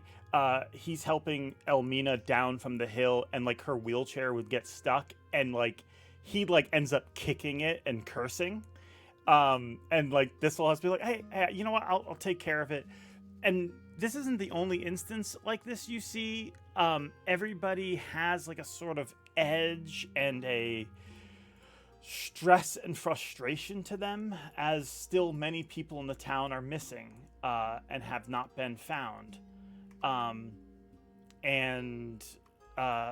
everyone separates, the other thing you'll see is at one point Pip sort of like veers away from his father, mother, and sister, and he sort of like stares off to the east, sketching, and then his dad has to like come back and get him. Like, Pip, come on, you don't want to be out this late. And brings him back home. And yeah, otherwise it's just business as usual as everybody heads back. Lenar helps bury the body and walks Daisy home, and you guys all head off to do whatever you would please. I believe with that, Navarra and Penny are going off on an adventure. We'll come back to that. The rest of you, think about what you want to do. You guys did let me know some things last week that you want to do. Know that I've prepared for all of them. And yeah, with that, we will take a quick break as the funeral is over. And when we come back, we will jump into the second half of our episode. So don't go anywhere. We'll be back right after this. And yeah. All right. Sit tight.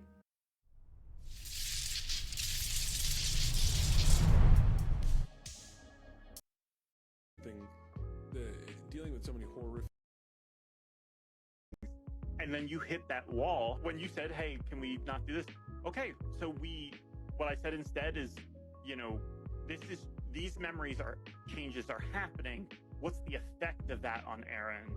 and we started talking about it, and we started coming up with like this paranoia and this like irritability, or this thing of like sort of taking the worst from everybody because your memories are being twisted. But that way we just skip the whole forgetting part. And then what I ended up doing is when we got to that moment and the party figured it out and they freed you from it, I then sort of backfilled in saying like, you see now his memories were being corrupted, they were being changed, he was relying on the book. And we didn't have to have you go through that whole thing that you didn't want to. We still got the story out. And the way you were able to do it was so beautiful, and part of that was born out of scheduling, where we were down a player, and so you had us go through my character's memories and other characters' memories as well. But the way you were able to show how subtle this item was twisting everything that he had experienced prior. It was just so masterfully done. It was so good.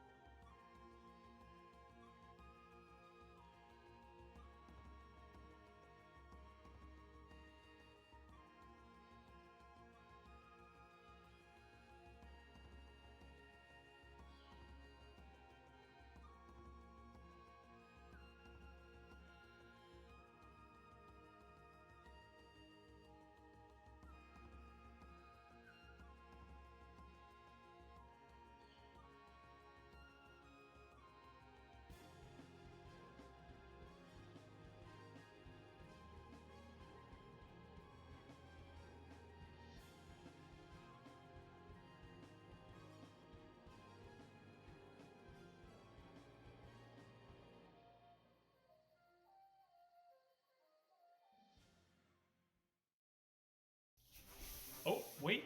You should know that Forgotten Adventures is a whole massive library of assets, maps, and tokens for you to use in your TTRPG games, and a lot of them are free. Let's see what they've added just this month. First up, we have 4 brand new Dragonborn tokens, all in many different colors, as well as new adventure tokens for monks, rogues, bards, and fighters, all with a desert theme. And desert themed tokens is exactly what we need because they actually also just released hundreds of new desert map assets like plants, rocks, and cave drawings, which is perfect for creating your ideal arid map, like this ominous cave map that they released this month, which makes me highly uncomfortable. All of these desert assets are part of their desert expansion pack, which you can find on their website. But me personally, I really wish we had more of the elven themed forest maps like we explored early in Fears and Fortunes. And I'm wishing, but I don't have to because they are here, we have them. The Forest Town District, the Forest Town Arena, and the Forest Encounter Pack are all here, which means that we can finally go and explore the entire elven territory of the Vanafe Prin or the Prinwood as we please. Kinda as we please. George, why are we in the arena? And that's all for this month. To see more of their content and to get your hands on it yourself, you can go to patreon.com/forgottenadventures, or you can go to forgotten-adventures.net. And if you want to check out some new streams, you can go to twitch.tv/forgottenadventures. We have a Wednesday night show and a Sunday morning show for you to fall in love with. In the meantime, I've been James, and thank you guys for your time. The last thing I would like to do is level 4 spell. I would like to cast Gate Seal around where the dais is. One moment. I've never even heard of that spell. What the hell? cast it, Gracie, before he looks it up. Level 4 abjuration. You fortify the fabric of the planes in a 30-foot cube. You can see within range. Within that area, portals close and can't be opened for the duration. It's 24 hours. Spells and other effects that allow planar travel or open portals such as gate or plane shift fail if used to enter or leave the area. Fuck yeah! That's what's up. Yeah.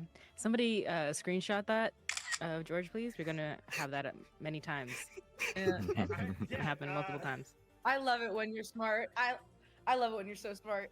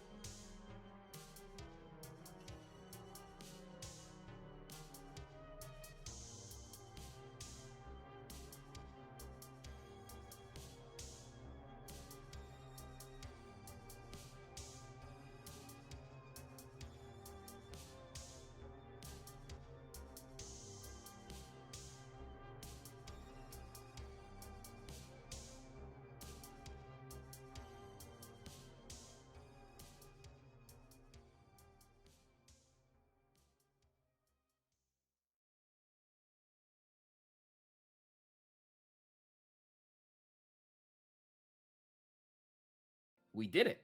As I clearly have like a scar of jagged teeth and like semi-dried up blood in my face. I'm like, we did it. Oh, do you need healing? Oh, Lucerin. Yes, I am still here. Yes. Yes, yes.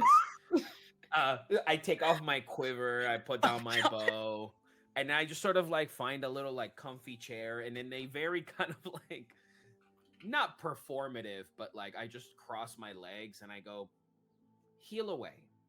Much appreciated. Say, Lucerin, where will you go after this exchange is over? They look at Navarra. Navarra, do you give any indication of whether you have a place here or... Oh, you might be muted. I think she's breaking. She's breaking and is muted, doesn't realize it. I think she's just laughing. I'm sorry. That was the funniest thing that Val has ever done, and I cannot stop laughing. Like my cheeks are hurting. I'm actually crying. Where will you go after this exchange? What are your intentions? What are your intentions with our Navarra? It's our group mom. Did I get with our that group question again? mad on. Sorry. Oh my god. I'm crying. He crosses his legs. Well, get to healing. I'm waiting.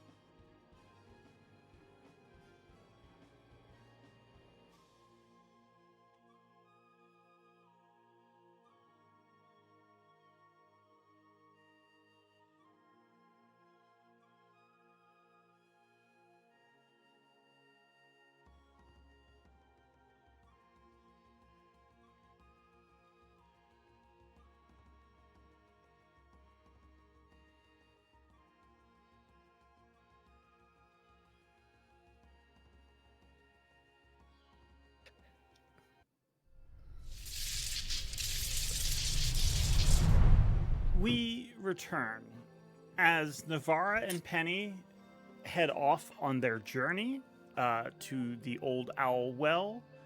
That leaves 3 of our heroes here in town. What would you guys like to do?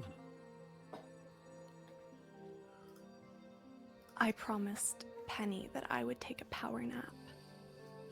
So I'm probably gonna go home, not take the power nap because I'm gonna get distracted in my library pulling books out to look for anything for the name so that I can connect with Gwyn later. Okay. We'll assume then that you just meet up with Gwyn. As you do, go ahead and give me a... You can choose investigation or history. Investigation, yes please. Fuck. 16, I rolled a 7. Okay, and I will roll for them as well. I'm sorry, the delivery on that was just so funny, Grace. I was like, yeah, investigation, yes please, I got a +9. She attempts to help. She's not very... she's having a hard time, but then you find some stuff, and then she starts reading, and she starts putting dots together. As you guys discover some stuff. Give me one moment.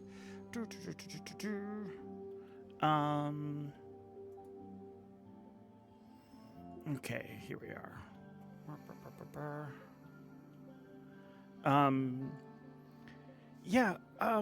So you guys are essentially exchanging this over like food and drink. She buys you food at the Stonehill Inn. And in between like appetizers, she's telling you, so these old names have really sad stories. Talhund means hidden gifts.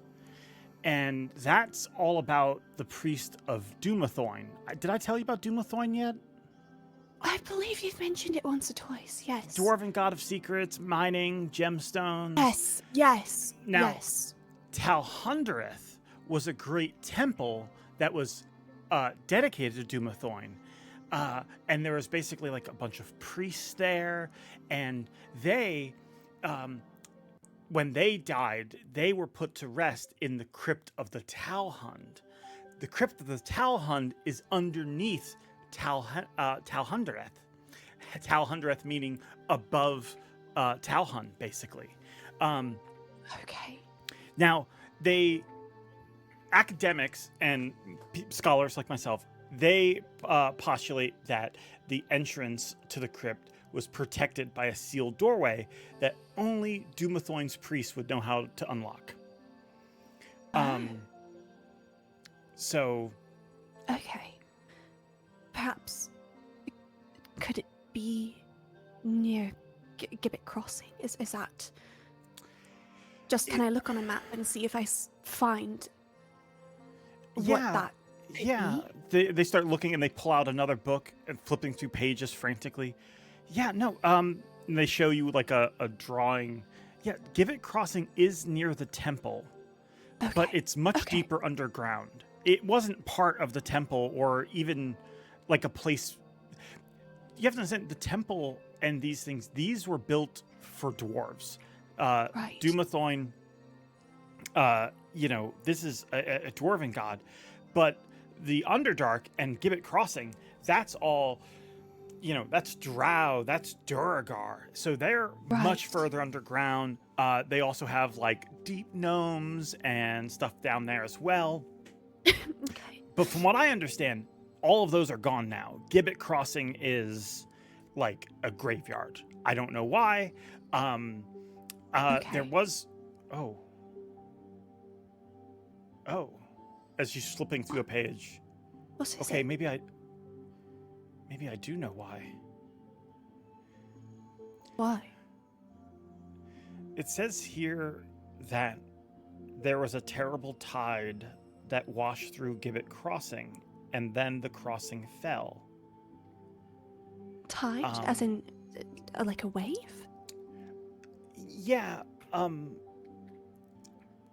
what they're referring to though is the word for tide in this context is similar to a breach, like a break in a dam.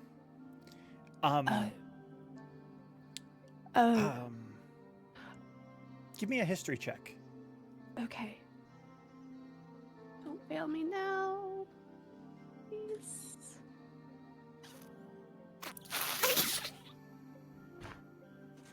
Seven. You're Wasn't that one? struggling. Yeah, that is a one.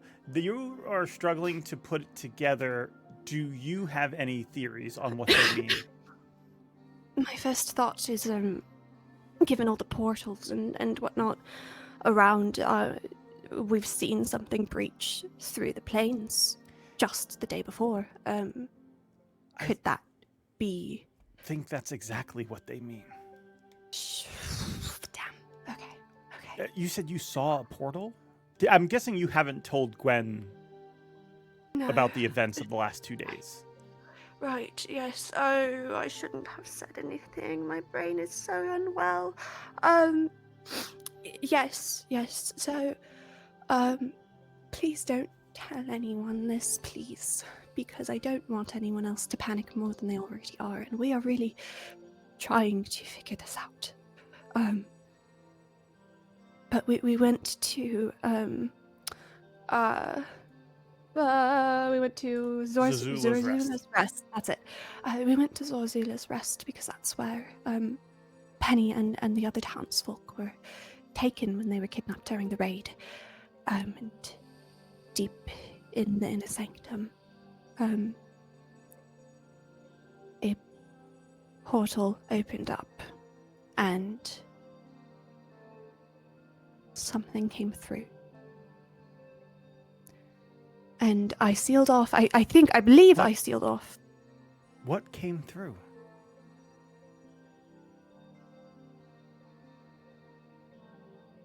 There's like this cold tension. And did you just say it? Mm-hmm. You say the words. And Gwyn like sits back. Yeah. Yeah, that would be That would be a breach. that would be a breach. Well, According to this, everything there was destroyed, and the mind flayers eventually abandoned that place. It should be a graveyard now, but if any of them remain, they might be lurking in the depths of Gibbet Crossing. that would make sense. We killed the one that came through, and I believe I sealed off the area so that no one else could come through, at least for a day or so. I suppose that's something. Gave us a head start, at least. Yeah. Okay, yeah, that's a lot. But again, please don't tell anyone. I don't want to cause more panic. There's so much grief. And what do you think are at these places? I don't know. I found them scribbled on a piece of parchment. It was in the sanctum, held by some goblin with a crystal in his head. A crystal in his head? Yes. It was really bizarre. I think his name was Jeff. Jeff. Okay. Never mind. I don't know if it's spelled with a G or a J, but I assume it's Doesn't both. matter. Right. Look. They took a whole bunch of people from the town. Yes. Do we know what they want? Because there's no people in Talhundreth or Gibbet's Crossing. At least not enough to kidnap. No, I have no idea, unless there's something about it where perhaps the veil between planes are more thin in certain areas. I don't. Do you think that's where they were taking these people to these places to send them through the breach? No, but you said there was a portal there. They There's a wouldn't need portal, a thinner. Well, so I don't know if they've taken them into a different plane entirely. But we've seen throughout our adventures, there's been these daises everywhere that we've gone in these ruins, and they look both impossibly old and impossibly new at the same time. And that's where the portal opened, was on this dais. So I don't know if it is jumping around or if they all lead to the same spot. I don't know if it's just a quicker method of travel or if it is truly a rift to another plane. I don't know. Okay, well, I don't know why they would be going to Talhundreth or Gibbet Crossing. I suppose we'll be heading there soon to find out. Okay. Well, if you're gonna go there, the first thing you're gonna need to do is we need to learn how to enter that door.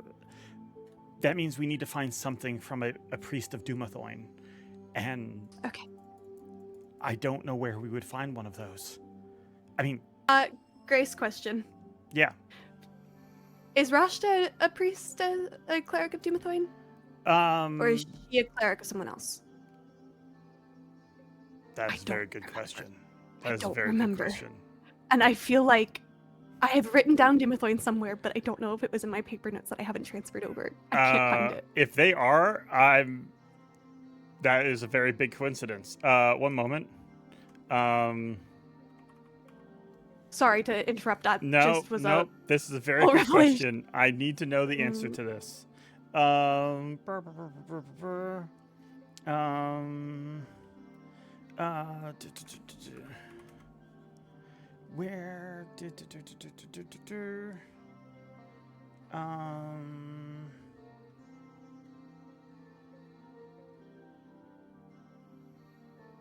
okay, I will double check. But that's certainly something we can look into in between sessions. Awesome. If that's the case, that would be very helpful. If that's not the case, then we just need to. We'll figure it out. Yeah. Okay. You get that information. Do you tell her? Is there anything else you want to ask Gwyn? Is there any speculation on where the mind flayers that went to Gibbet's Crossing, where they ended up? If they started to move further closer to the surface, does any historian have any idea? She's gonna think on it. Go ahead, and you can either make history or well, you're probably gonna make history. It would be history or survival. History sounds great. She rolled a 9. Oh my god! 11! You're rolling real bad. I'm back to being stupid again! I'm sick! She said, she's like, I have no idea. I know a lot about history, but I don't know that much about the Underdark. I don't think I would be able to navigate that. Okay, I'll ask around. I might have someone I can speak to. If there's anything else I can do to help, please let me know. I'll go and I guess I'm gonna go and look into Doomathoin and see if I can find anything for you. Thank you. I really appreciate it. And are you okay? Fine. Just a bit of a cold. That's all. Okay. It's just been lots You of should get rest. sleepless nights. I should. I'll get rest later. I've got things to do, so I'm going to go do them. Thank you again. This has been wonderful. Take care of yourself. I will. Thank you. I'll head out. Okay. Anyone else have anything? Going back to the crew. I think Alucor would have been going through town, just checking in on things. His parents haven't left yet, have they? Or have they already gone? They have left. You ended things pretty clearly with them. You could always write to them, though. Mm-hmm. Yeah. I remember checking in on them during the midst of the goblin, I was going to say invasion. That sounds a little bit more intense than what it was, but skirmish. But he'll check around town. He'll go by the tavern after hearing there was some, ruckus there. Anywhere that there was some like residual damage from the fight that happened, he'll just be perusing around. As he's walking, taking glances at the picture the kid drew. I gotta do right by these people. You're looking for what? Just to help if there's any folks helping rebuild things, move things around. He's just trying to lend a hand. Yeah, you start lending a hand around town. It's very much appreciated. It's difficult. People are actually running out of resources. One of the hardest things they're running into is a lot of the stone and metal that they would get came from the Camber sisters, and the Camber sisters were both taken. So the party's sort of struggling with that, or the town is sort of struggling with that lack of resources. I think Al will clock that and think of that list of missing people. Like a wave of sadness will hit, just not knowing what their fates are in the current state. But if there's any sort of makeshift solutions he can provide, who try to provide it. Maybe mention that, a tree went down in Leo's yard and we can maybe chop up and make some more wood for things. And I'm sure she wouldn't mind handing out apples for the people if people need more food or anything. Not necessarily out of desperation that he's offering things, but just trying to be as helpful as possible. One of the places you end up at is the Miners' Exchange. The whole building is sort of like tilted. It's like, imagine a table missing a leg, and you find as they're trying to deal with it, the cause of this was during the raid, someone took a stone out of the corner of the building. And so the whole building, without that supporting it, it's sort of like shifted weight and is starting to sink into the mud on that side. I think he pop his head inside and say, I see you're on a bit of a slant right now. Do you mind if I help? Very funny. Very funny. I meant no harm, but I can help if you need. Yes, of course. That would be much appreciated. Okay. And that's coming from Halia, who you've met before. Yeah, super not shady Halia. Alu will, if he can find some like mud or something that is as close to malleable dirt and a combination of like dirt and rock, we'll try to use mold earth to form like bricks. Got it. And then we'll try to place them in the spot where there's a missing stone, and then using some like control flame to try to heat it to solidify it to kind of make a survival. Okay. Oh, please. Okay, that's a 17 total.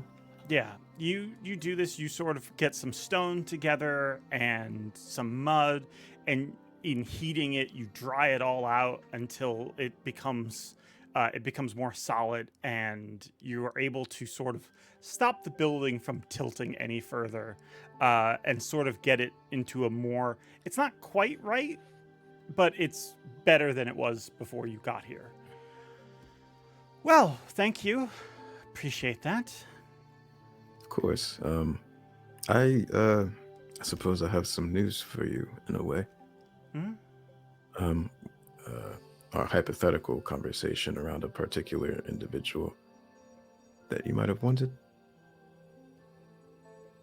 Who is that? Do you not recall? We've hypothetically spoken about a lot of people. Which one is this? Fair. Yarno. Yarno? The mage that left? Mm-hmm. I don't remember asking about him. Oh, above table. Did she not talk about, was it the spider? She knew him only as, the person she was asking about was Glassstaff. Okay, gotcha. That Yarno's Glassstaff. Got it. Since, as far, that wasn't really advertised after he was supposedly defeated and killed. Roger that. So Alu kind of like, something said, Glassstaff, Yarno, the... Oh, Glassstaff's yesterday's news. I mean, without the red brands here and without the resources of the spider, it's hardly worth looking into.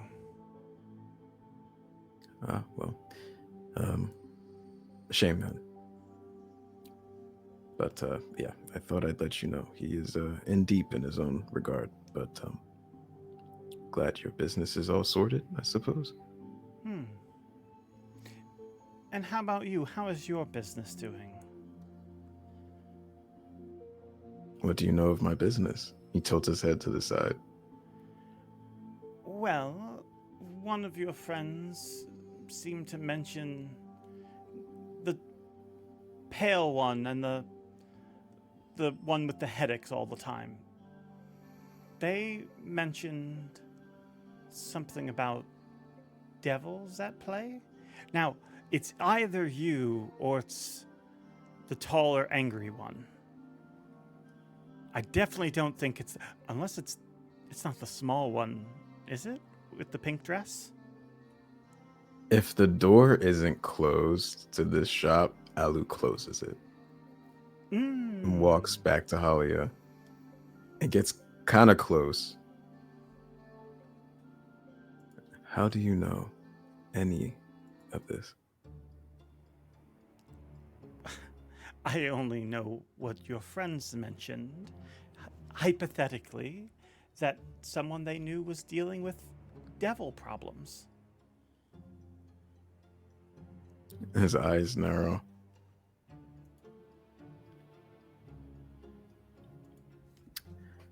And what could you do about devil problems? Hypothetically.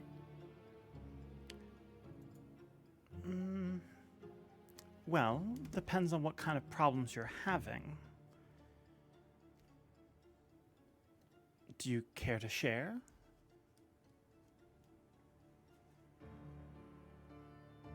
How many situations? He stares at her again. Can I insight check on her body language? There's something, and kind of get at like what I want to understand is there's something about people who are conniving that might give a tale of how excited they are to make a deal Sure. or get one over on somebody. I Yeah, want to give try me to an like. insight check. Okay. That's a 14 total. She, let me roll deception for her. One moment. She D20. What you see looking at Halia is, in her eyes are dollar signs. She sees the opportunity to make a profit here. Doesn't seem to be preying upon you in so much that she's hoping she can make money, but not nefariously so. Solid. Okay. Well, say hypothetically someone has a pact with a devil that they would like to exit.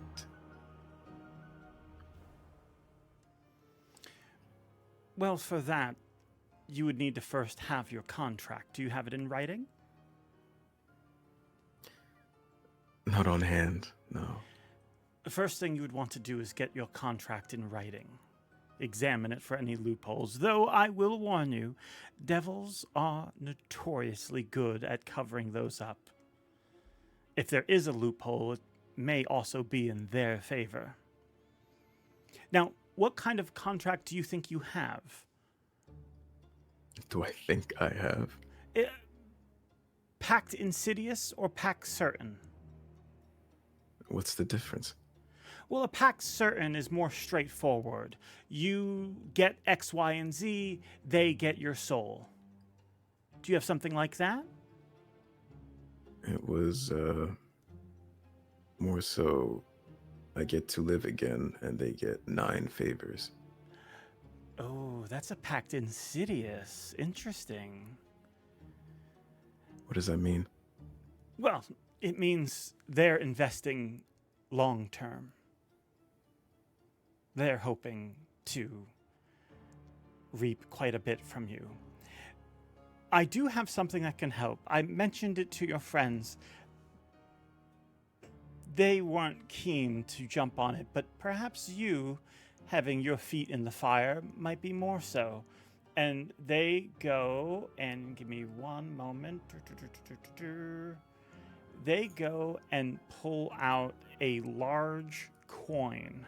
Or actually, they pull out a box, and in this box is a large coin. And if you give me 1 second to play trumpets and look for this asset that I totally should have had prepared earlier. Here we are. Where is it? Where is it? I know it's here. Items. I'm diving into my hell folder, and my hell folder is massive. There we go. Okay, one more moment, and I'm almost there. Come on, paste. Actually, I'll just go ahead and here we go. What you see is this. They open the box, and this is inside. What is this? This is a soul coin. Please elaborate, Halia. I do not know much of the hills. In the Nine Hells, to my understanding, I've never been there myself, you understand. But Likely. in my understanding, in the Nine Hells, this is used as currency. Supposedly inside of it is the trapped soul of a person being tormented. But they are good legal tender in the Nine Hells. Are you insinuating that I free myself with the purchase of another's soul? No, not at all. I doubt it'll work like that, but with one of these, you may be able to get out of one of your favors. Now, as far as the person trapped in the coin, they got themselves there all on their own. You're just exchanging hands. That is a extremely simplistic way to look at it, I feel. Well, if you think it's worse than whatever the devils are going to ask you to do, then by all means. I'll say above table, George. Would an exchange of a soul coin affect the morality score?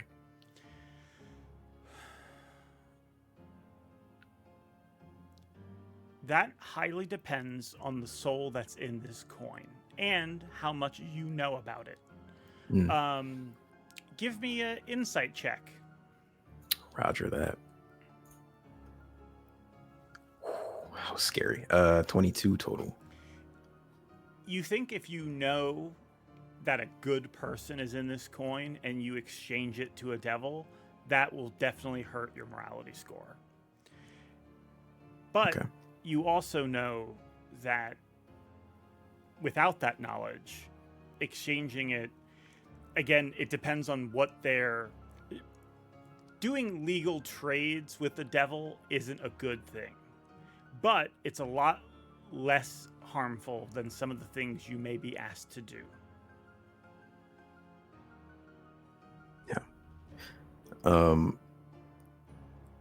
That's so rough.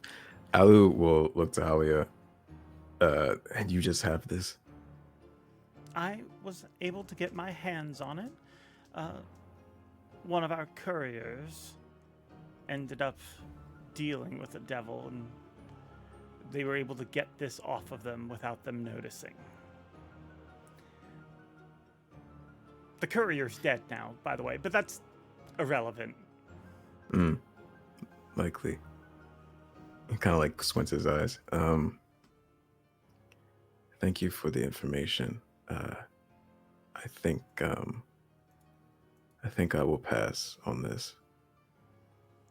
Okay, well, I can't sit on this merchandise forever, so do make sure, and if you change your mind soon, come back, because, well, I don't know what kind of favors they're asking you to do, but if it's a pact insidious, I can't imagine that they're any good or pleasant.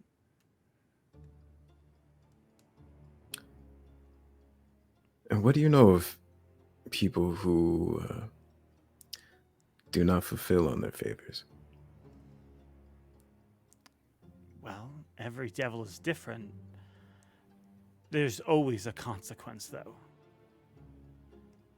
Devils abide by their contract. If you get it in writing, I could certainly see if I can find some experts to look at it for you, tell you what punishments and stipulation and fees and things like that might be hidden in the fine print. I'll keep it in mind. Thank you. I'll turn for the door and just leave. Feeling very icky as if he's just like covered in I don't know, just the overwhelming feel of just not dread but disgust. There's one more thing, they yell as you about to step out the door. He puts his hand, he's like hand is right on the doorknob, but he closes it again. Yes. You want to know what happens to people who don't perform their favors? Well, some of them end up in coins like this, and she closes the box. Noted. He opens the door and leaves. Okay. You head out. Anything from Valandor or anything else from Leo? Before we head over to Penny and Navarra. Valandor probably, I don't know if he was walking alongside Leo, but if he is, that's fine.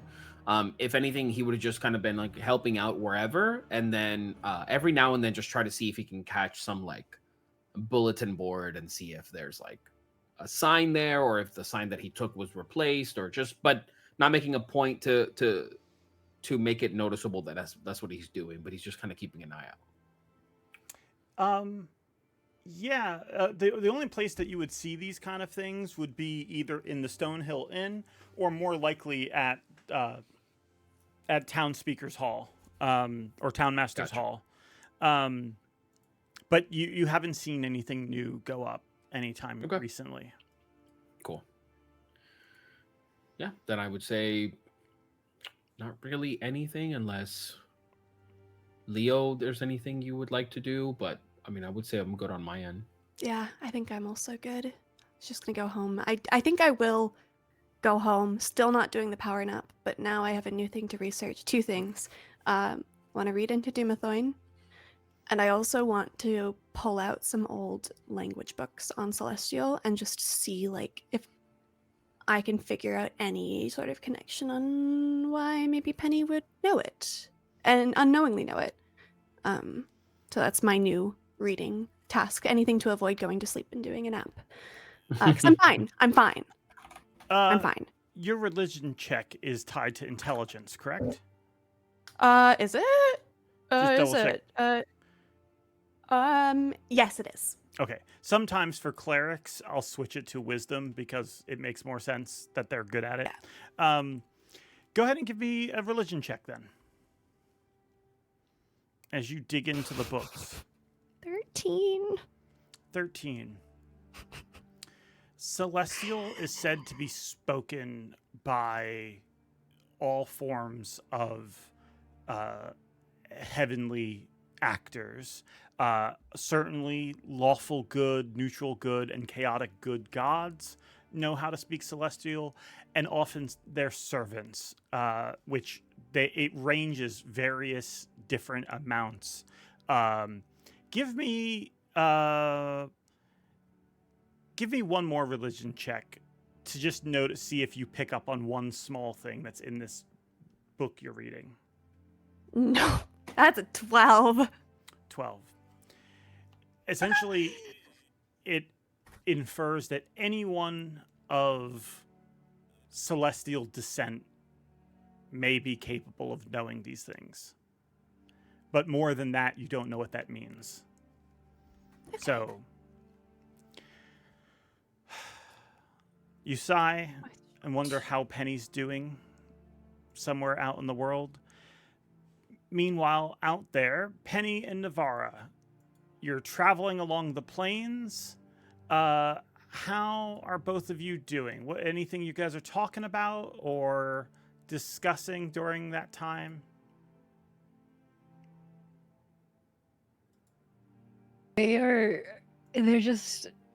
have the sandwiches, they're making sure everything's good. Navarra's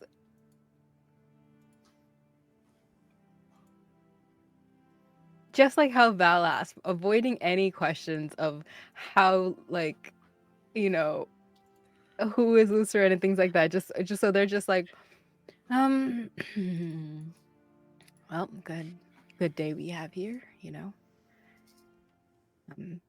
What did you? I. When you left that day, did you know you didn't see anything nice? You got in trouble.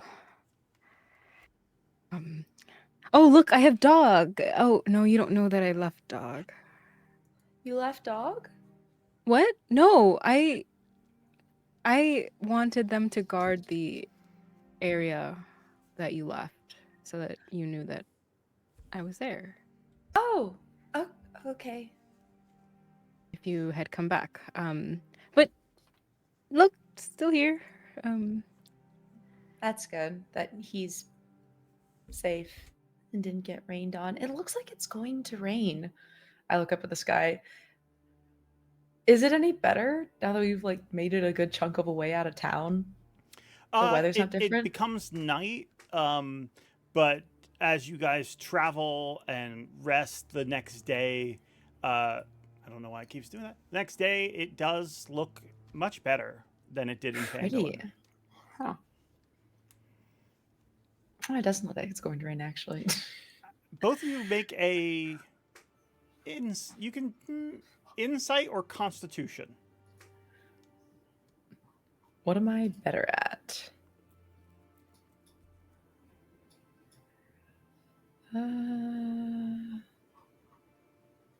Good insight. What did I get? That looks like an 8. I got an 8. What about you, Navara? Insight or Insight. constitution?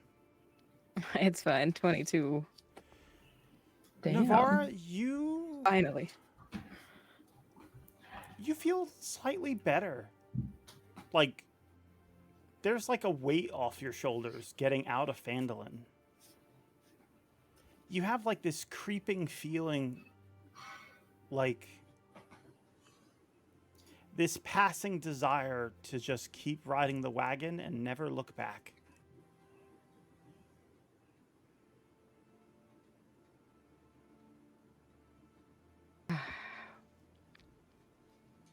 I forget how much it is. How. I'll say this. The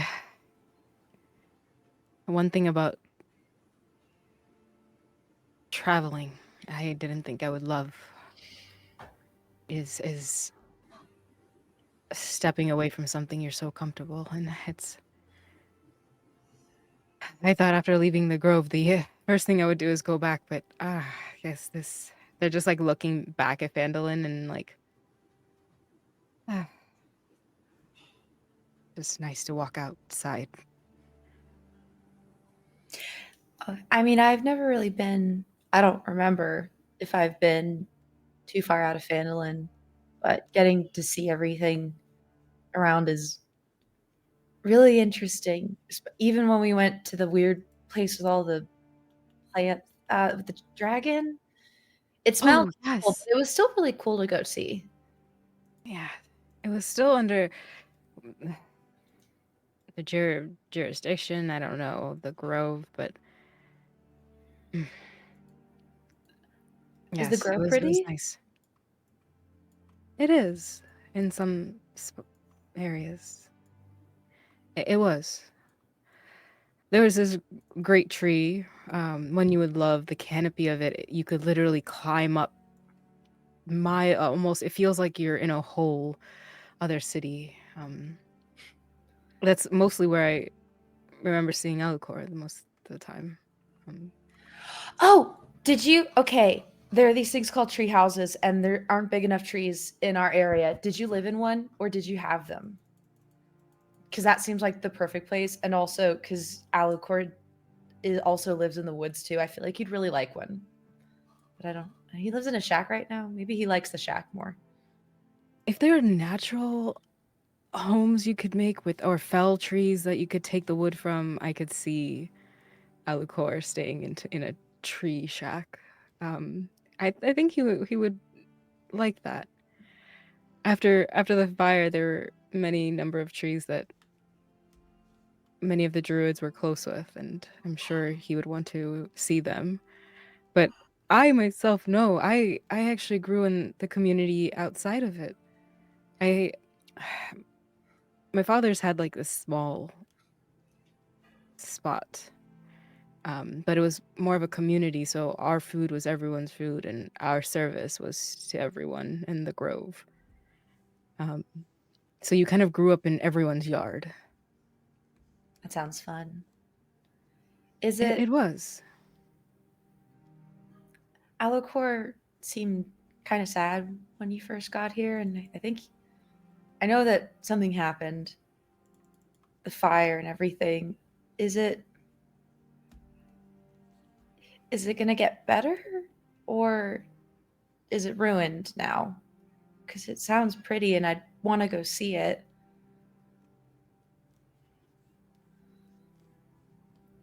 I don't need to. It's fine. Oh no, little fox, that's not what I'm worried about. The reason he caused that fire was because of, and they're like looking to you and like the arm for a second of Vino, and you know for sure that the druid knew. And what I'm worried about is that if the fire didn't stop it, whatever grows afterwards would still be beautiful, but with the blight, I'm not sure what it is anymore, or what it could be. The Neverwinter Wood that I remember was... It's not something you walk in and enjoy a day in a stroll. It came with life and ecosystems that thrive without any touch of of humans and kind. It's just lives on its own. After something as big as that, it lost its lungs. It's trying to survive, and then whatever the blight is doing, or whatever Alucor found in the wood, I just don't know what it has transformed into. Different. It's possibly very different.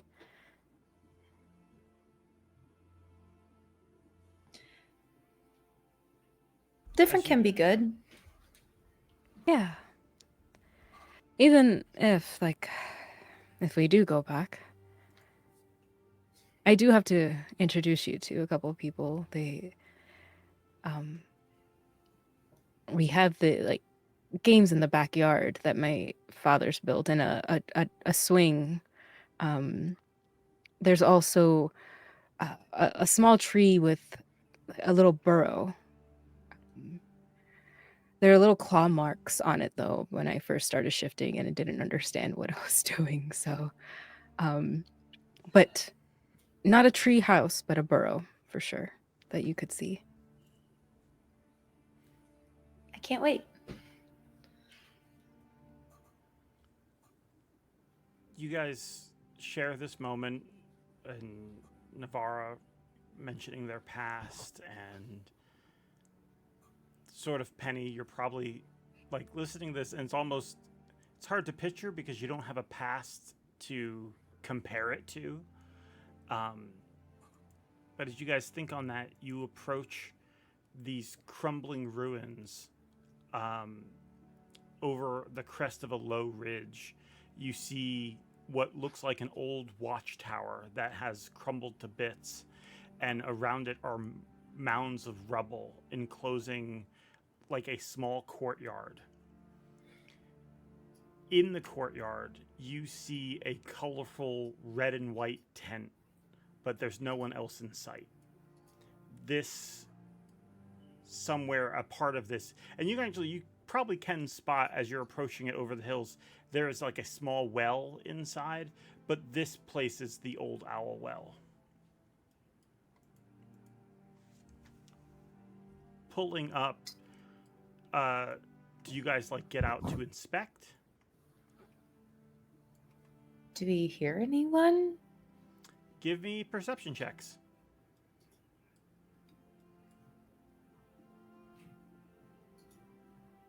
Oh, dirty 20. 11. You hear the sound of like what sounds like labor. Like you hear rocks clanking, like, and you hear like dragging feet, and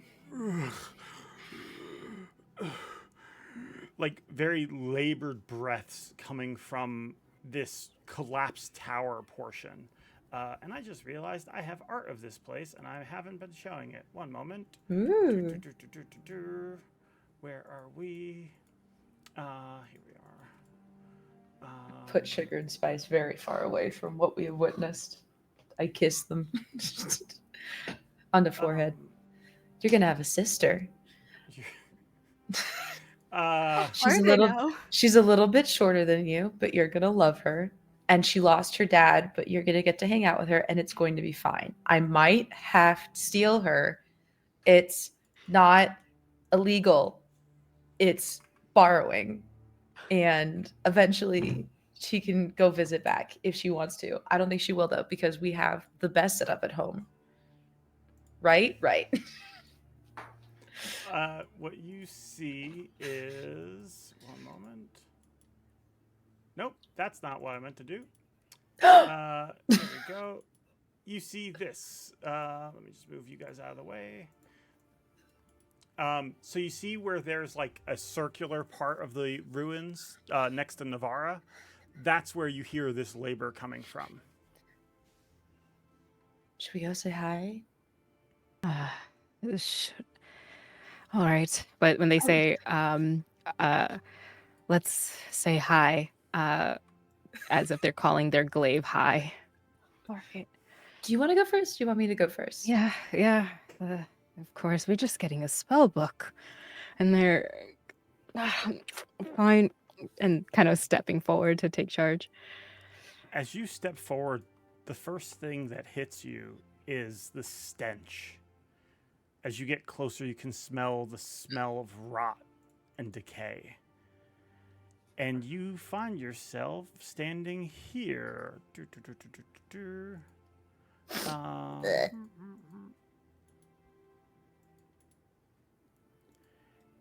And ahead of you, there are zombies going in and out of this building, moving stones.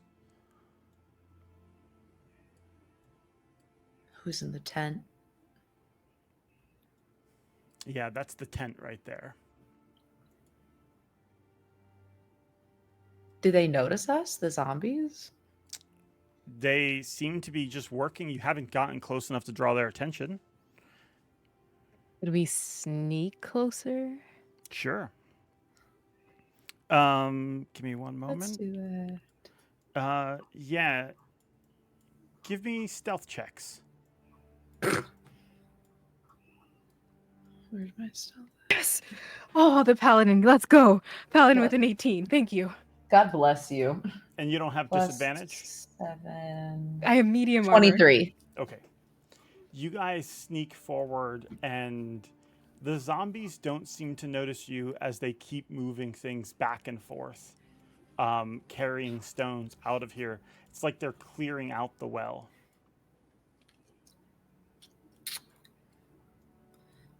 I'm sorry, the well is over here. They're clearing out the tower. Huh. Do I get the vague feeling that a very annoying man is in this tent that I deeply despise? Sure. Ah, the gut feeling. I turn to Navarra. He's in there.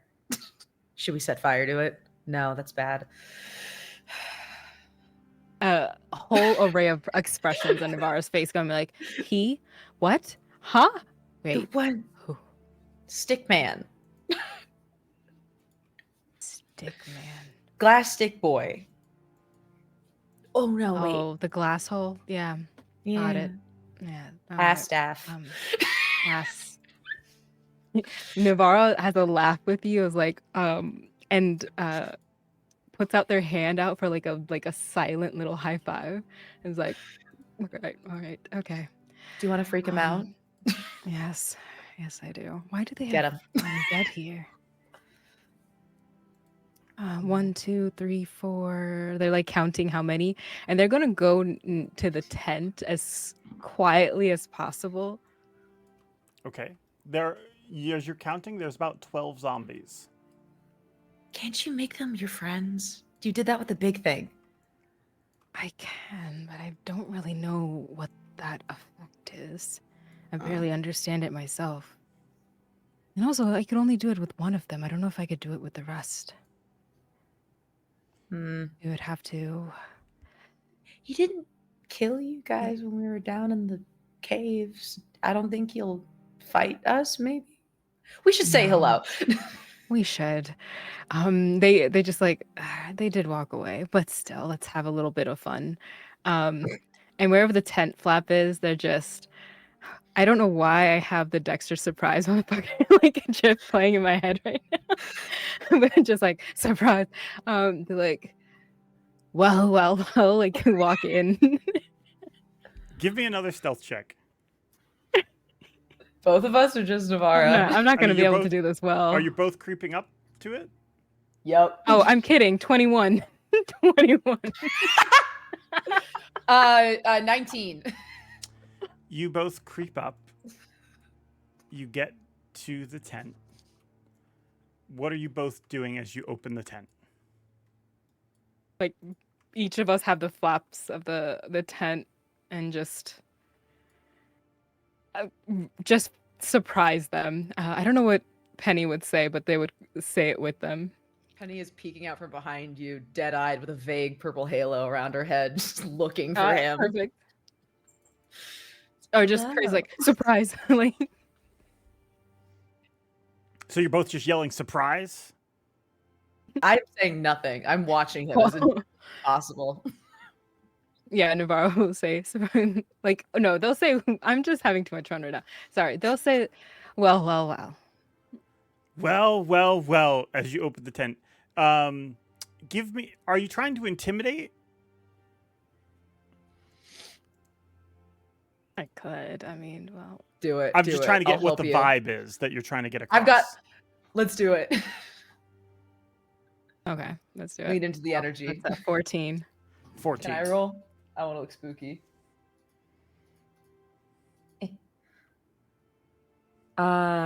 Ooh. That is a 22. Okay. You, Jesus, a 22. You Hello. both pull open the tent. Well. Both of you looking as intimidating as possible. Penny, to look intimidating, do you pull out any of your weapons? I think Or are you just, yeah. like doing magic? No. I think the intimidation comes from a small child is staring at you in an intent way, kind of like a horror movie. I'm Okay. not blinking. So we'll just say there's like a magic aura about you, just a little bit. Yeah. Instead of like I've gone tentacles. dead-eyed. Yeah. Dead-eyed like a doll's eyes. You pull open the tent, and as you do, give me one moment. Did that work? Nope. 1 second.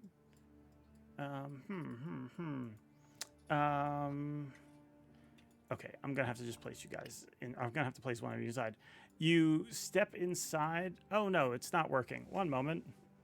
This tent has such high defenses. You pull open the tent, and as The you do, fuck?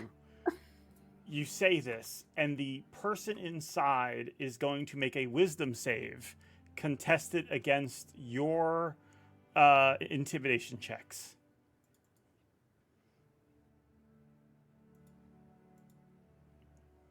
$13. They are rightly terrified. As you suddenly spring on them, you see them turn, face you. It is not Yarno. It is a man looking very much like this, bald, wearing red. There are tattoos over his head. He's wearing like long red wizard robes. He turns and sees you, and he is going to,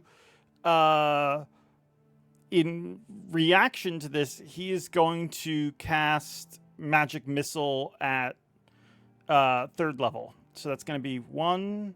That's going to be 3, Motherfucker. 4, 5 bolts. that he'll send at you. One moment, please. 1, 2, to Penny. That is going to be 6 points of force damage to Penny. I spit upon And his 6 3 points. to Navara.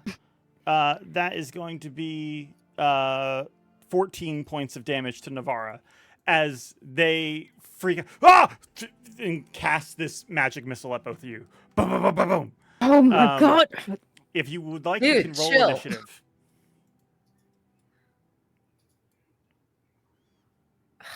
Dang, the 9. Do we just want to murder him? Roll initiative.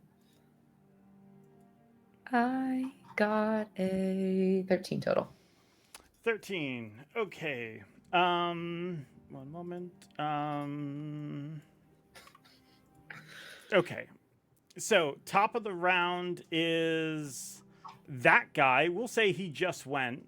That brings us to why did pennies not go through? One moment. The dice hate that'll me. do. Penny, that would bring us to your turn. What do you want to do? Wonderful. I'm going to turn my arm into a flesh maul and go to try and hit him. And that's going to be one of my first attacks. And then I'm going to do something else if that lands. Okay. You morph your arm into a flesh maul and lunge forward. Go for it. Hit my mom. That is 25. That to hit. absolutely hits. They have mage Wonderful. armor on, and they also attempt to cast shield, but you hit right through it. Lovely, lovely, lovely. D10 plus 4. That's bad. It's an 8, but they get disadvantage on a strength or a con save on their next turn. And then I'm gonna I'm close to them now, so I'm gonna try and hit them with the bone blade. Navara's within 5 feet of me, so I can go with advantage, I think. Is she within 5 feet of me? She is no, she's not within 5 feet of you. This would not be at advantage. Fine, whatever. They'll still suffer. Let's see. Ba-da-da-da. Well, that sucks. You 4 swing plus and 7. miss their mage Yeah. armor deflecting your blade. That brings us to Navara. Navara is like shielding themselves with their arm, pretty much just taking that burn. You are not what we expected. Put your hand down. Make a persuasion check at disadvantage.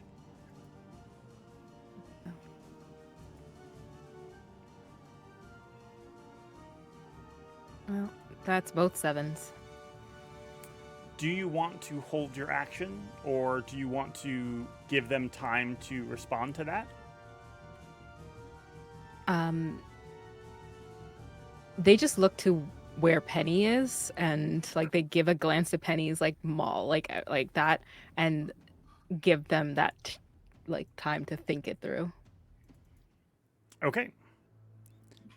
You do that, and suddenly you hear them say something in a language you're not familiar with, and the zombies all turn and start moving towards you. Oh, great. As they start swarming in your direction, only 2 of them are able to get close enough to make attacks. And so 2 of them will...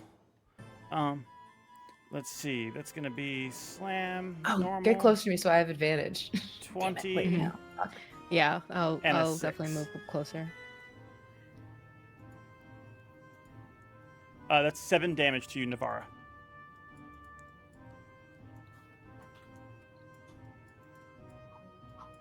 They're just looking at them. I'm guessing they're going to join initiative. But can I move closer into the tent?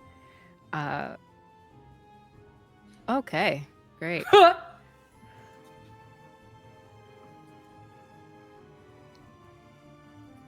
So you move closer into the tent. Got it. Okay. Yeah. So zombies are surrounding the tent, trying to claw their way in. That brings us top of the round. The wizard he yells, "I'm never going back to Thay!"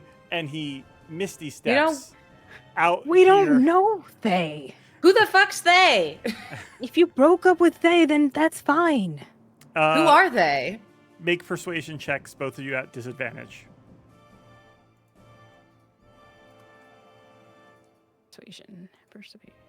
Oh, that's a 4. That's a 7 total. 7 total? Oh no. I got a 4 as my lower, and then I add +3. Okay, all right. You are both trying to say this again. You started this by surprising him and then hitting him with a maul. So oh, sorry. There's a magic missile in the middle of that. So yeah, that was because you surprised them. You stuck up on a wizard. They are going to, let's see. They cast fly on themselves, and so they move up 60 feet. Oh, did he? Yes.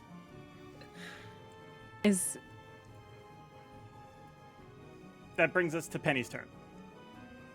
Penny is going to start to float and do the Celestial Revelation, which means who's within 10 feet of me?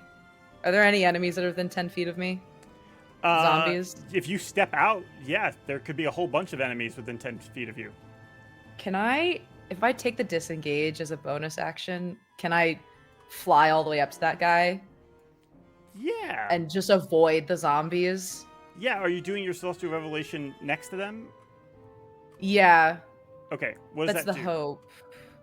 I grow Scion wings. I can fly my walking speed, which means I'm going to try and get level with that guy.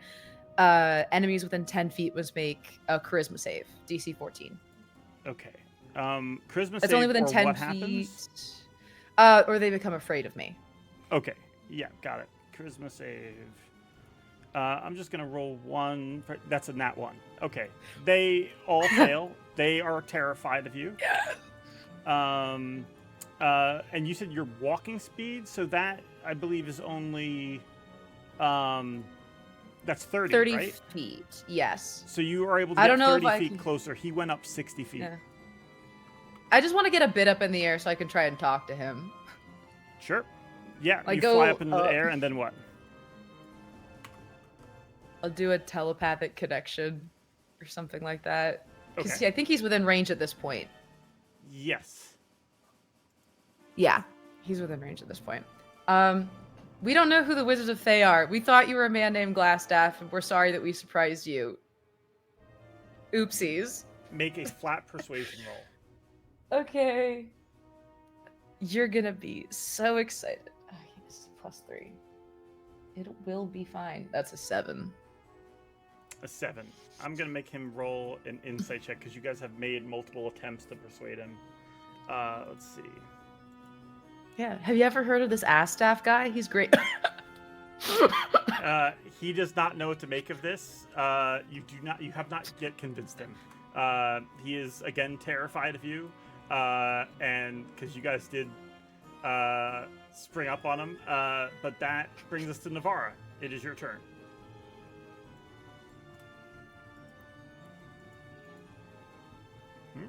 okay. Let's see. Where is he's flying up there in the sky? Yeah. Butterfly in the sky.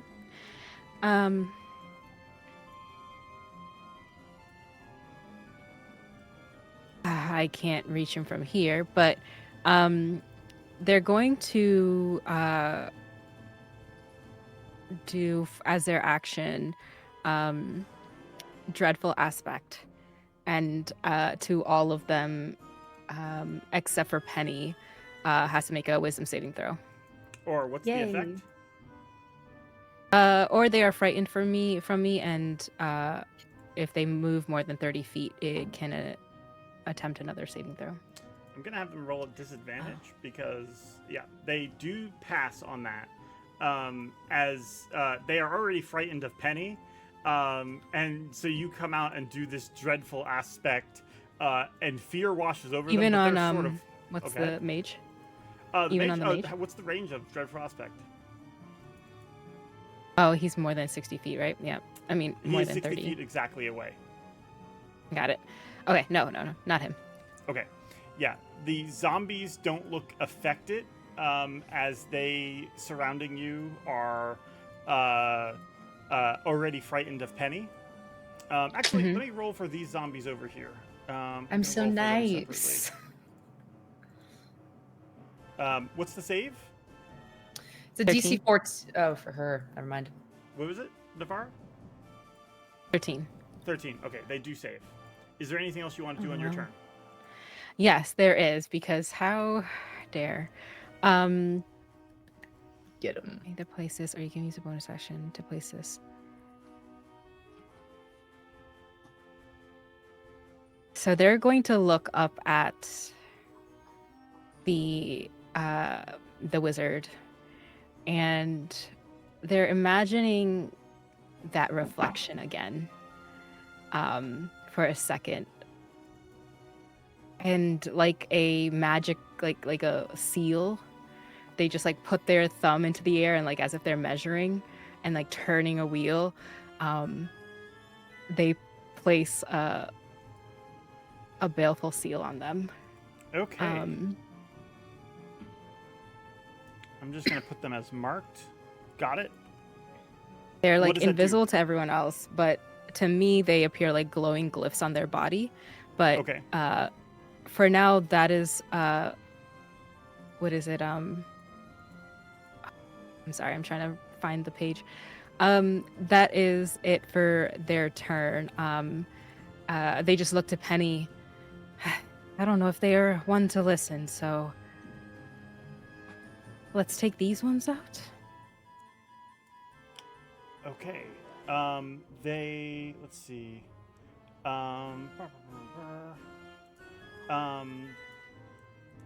You say that the zombies around you are all rolling at disadvantage because they're frightened. Okay. 2 of the zombies around you hit. That is going to be for 4 bludgeoning damage and 6 bludgeoning damage to you, Navarra.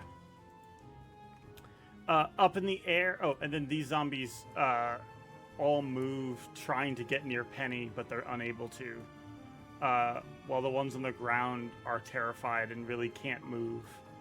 So you guys are surrounded by zombies. The man up in the sky basically is trying to gauge you guys. They're going to make another insight check.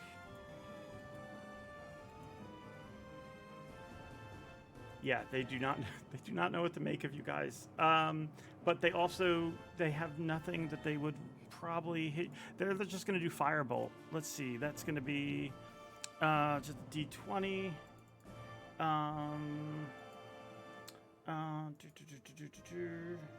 Let's see. D20 plus 6. That's a 17 to hit you, Penny. What an assholes.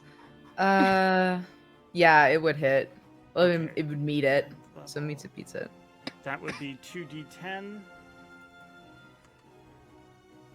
That is going to be 10 points of fire damage to you. Motherfucker. That brings us to your turn, Penny. Can I? Okay. I want to be able to try and roll advantage in convincing this guy to chill the hell out. Mm-hmm.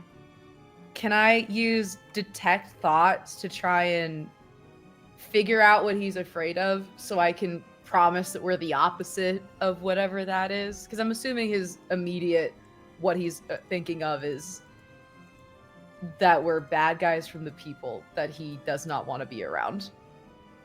I just want more Yeah. information, maybe. And then be like, we're definitely not this.